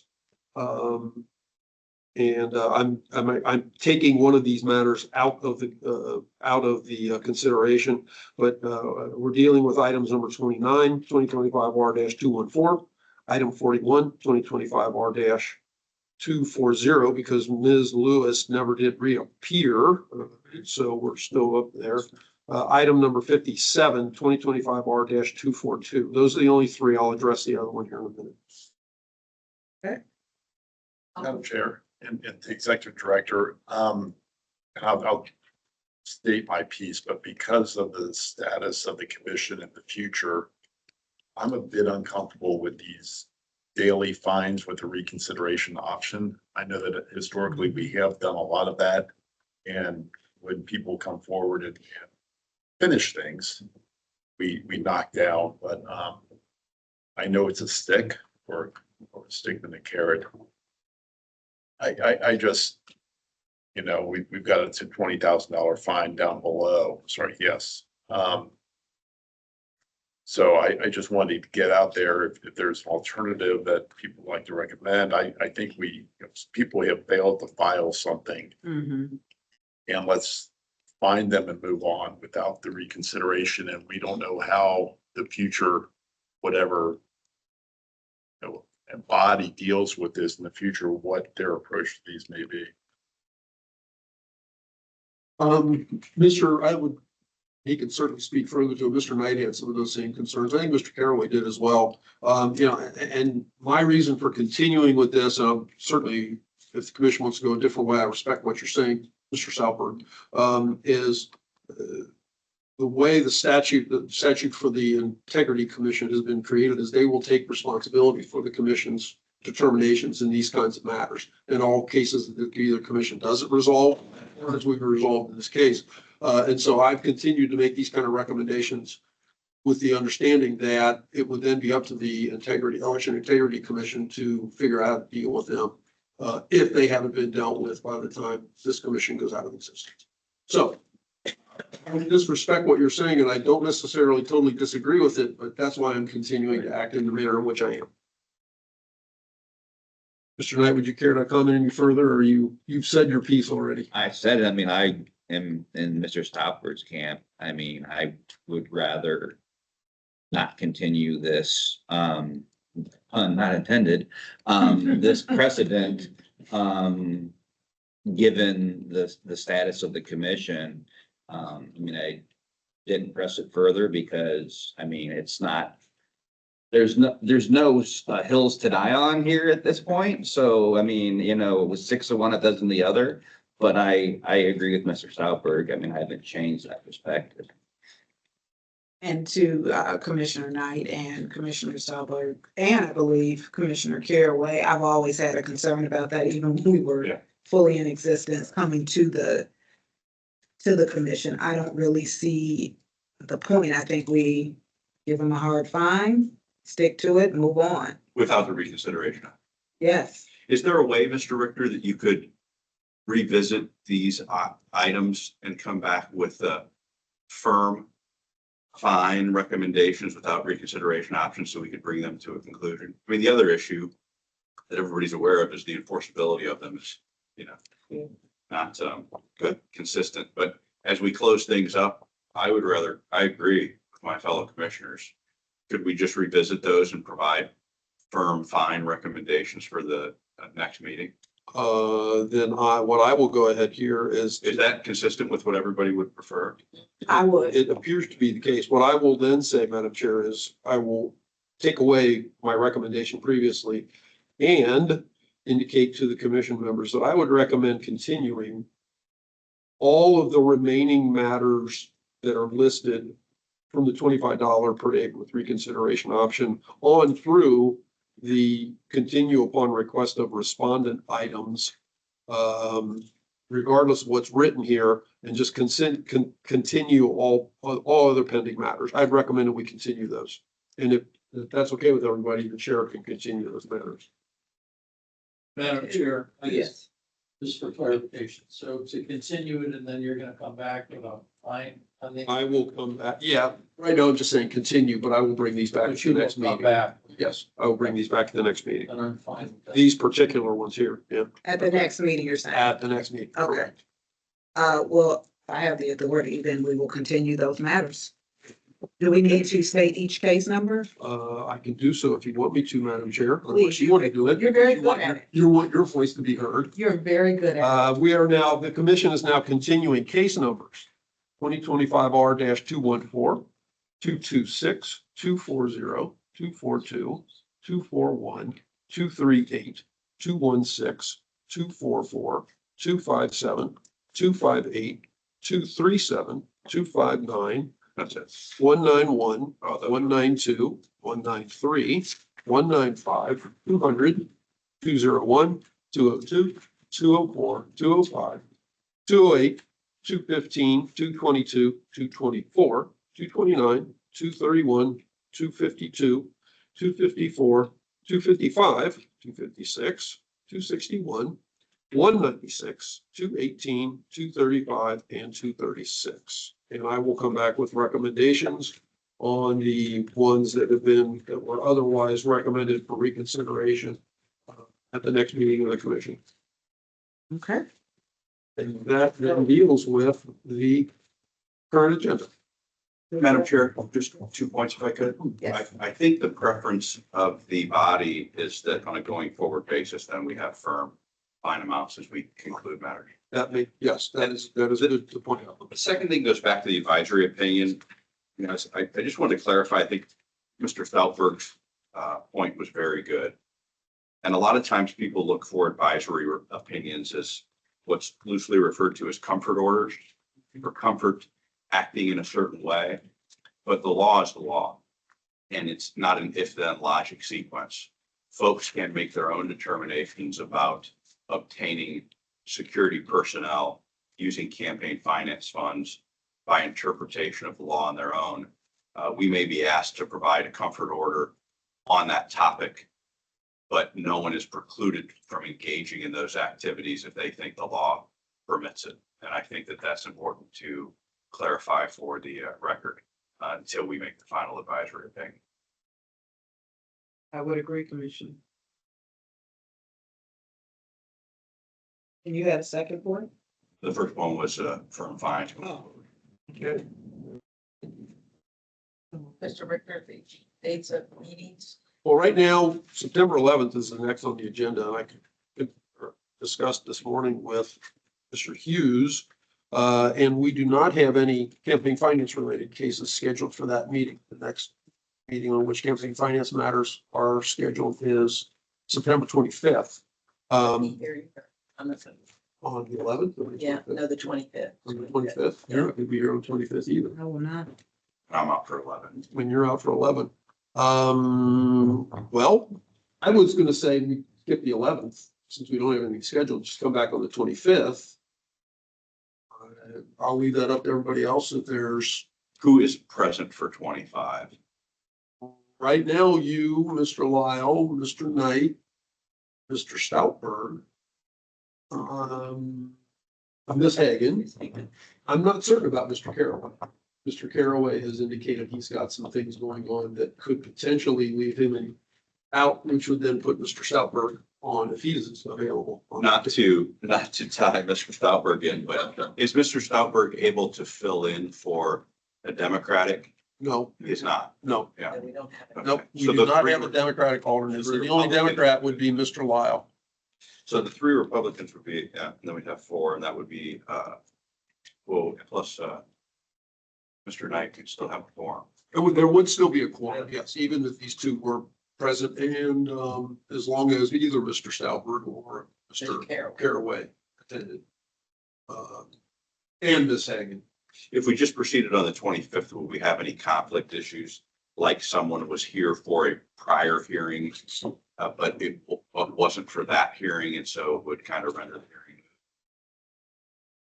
Not with what I thought I brought it along. I had a tentative schedule that I was going to present to everyone. I must have, oh yeah, there it is. what I had prepared as a tentative schedule. The thing that I had put on the 25th were a matter involving Mr. Curlis that was filed by the candidate, where we would just be taking that under consideration, declaring the committee, I think, terminated, and getting rid of it, and a case out of Pickaway County. So I wouldn't see a conflict based on that. And then I'm not sure about campaign finance related cases, but normally nobody here is recusing from those considerations. Can we really think out of the box and do the second or some other day when all commissioners could ideally be present? Like October 2? Yeah, The next meeting after that is October 9. We could certainly do October 2 and October 9 back to back, if that's what the commission wants to do. doesn't have to be a Thursday either. I mean. No, it doesn't. Right. Historically, we just kind of adopted that. Well, rather than go with the minimal, perhaps we'll have a quorum, perhaps we won't, I would rather we try to find a day that all members, or at least the vast majority, can be present. All I right. think that's the benefit of the people and everybody. What I will, how about what I will recommend is that we don't meet on the 11th. Presumably we won't meet on the 25th. We'll confirm, but I'll reach out to everybody to say, are you available on these dates? And we'll look to reschedule on, in the week of, Thursday, October 2nd, either before then or after then. depending One on other the- thought, though. Okay. It's so close to the 9th, if I could. Is it possible to just make October 9th a long day? If that's already a scheduled hearing date and it's only a week away from the 2nd?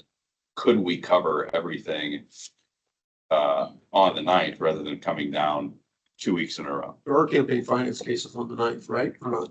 That's what I'm working on at the moment. So I can push those back. Those have not been sent. Those would be out this week. Move those. But I can move 30th, those. And then we need to send out continuance notices for the 25th and the 9th. Okay, and including the ones that are continued for this meeting. For this just meeting. continued. Correct. Go out to the 9th as well, correct? Correct. Okay.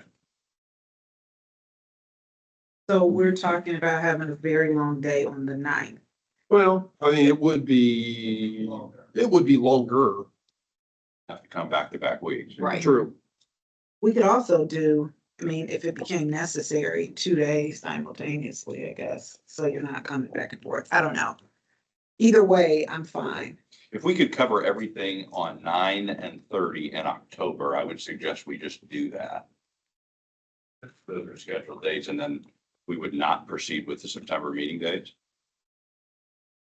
That seems to make the most sense to me, unless something else comes up that makes that impossible.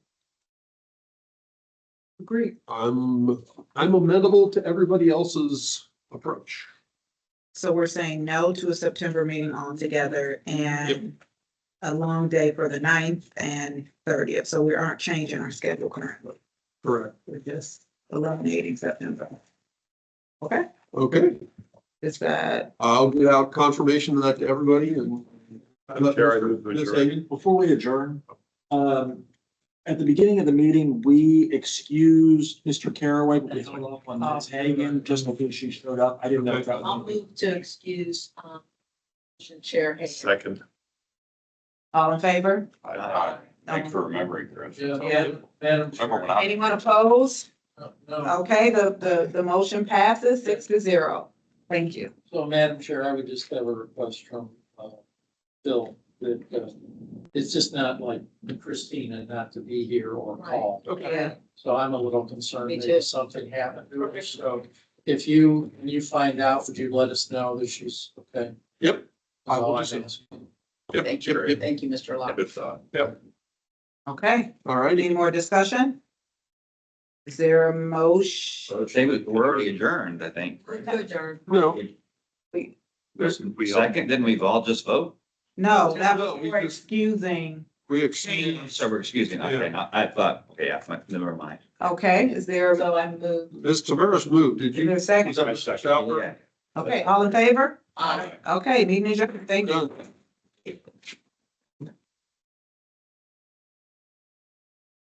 Wait, this isn't mine, is it? That's a copy of the Oh, minutes. that's supposed to- No. He passed around it.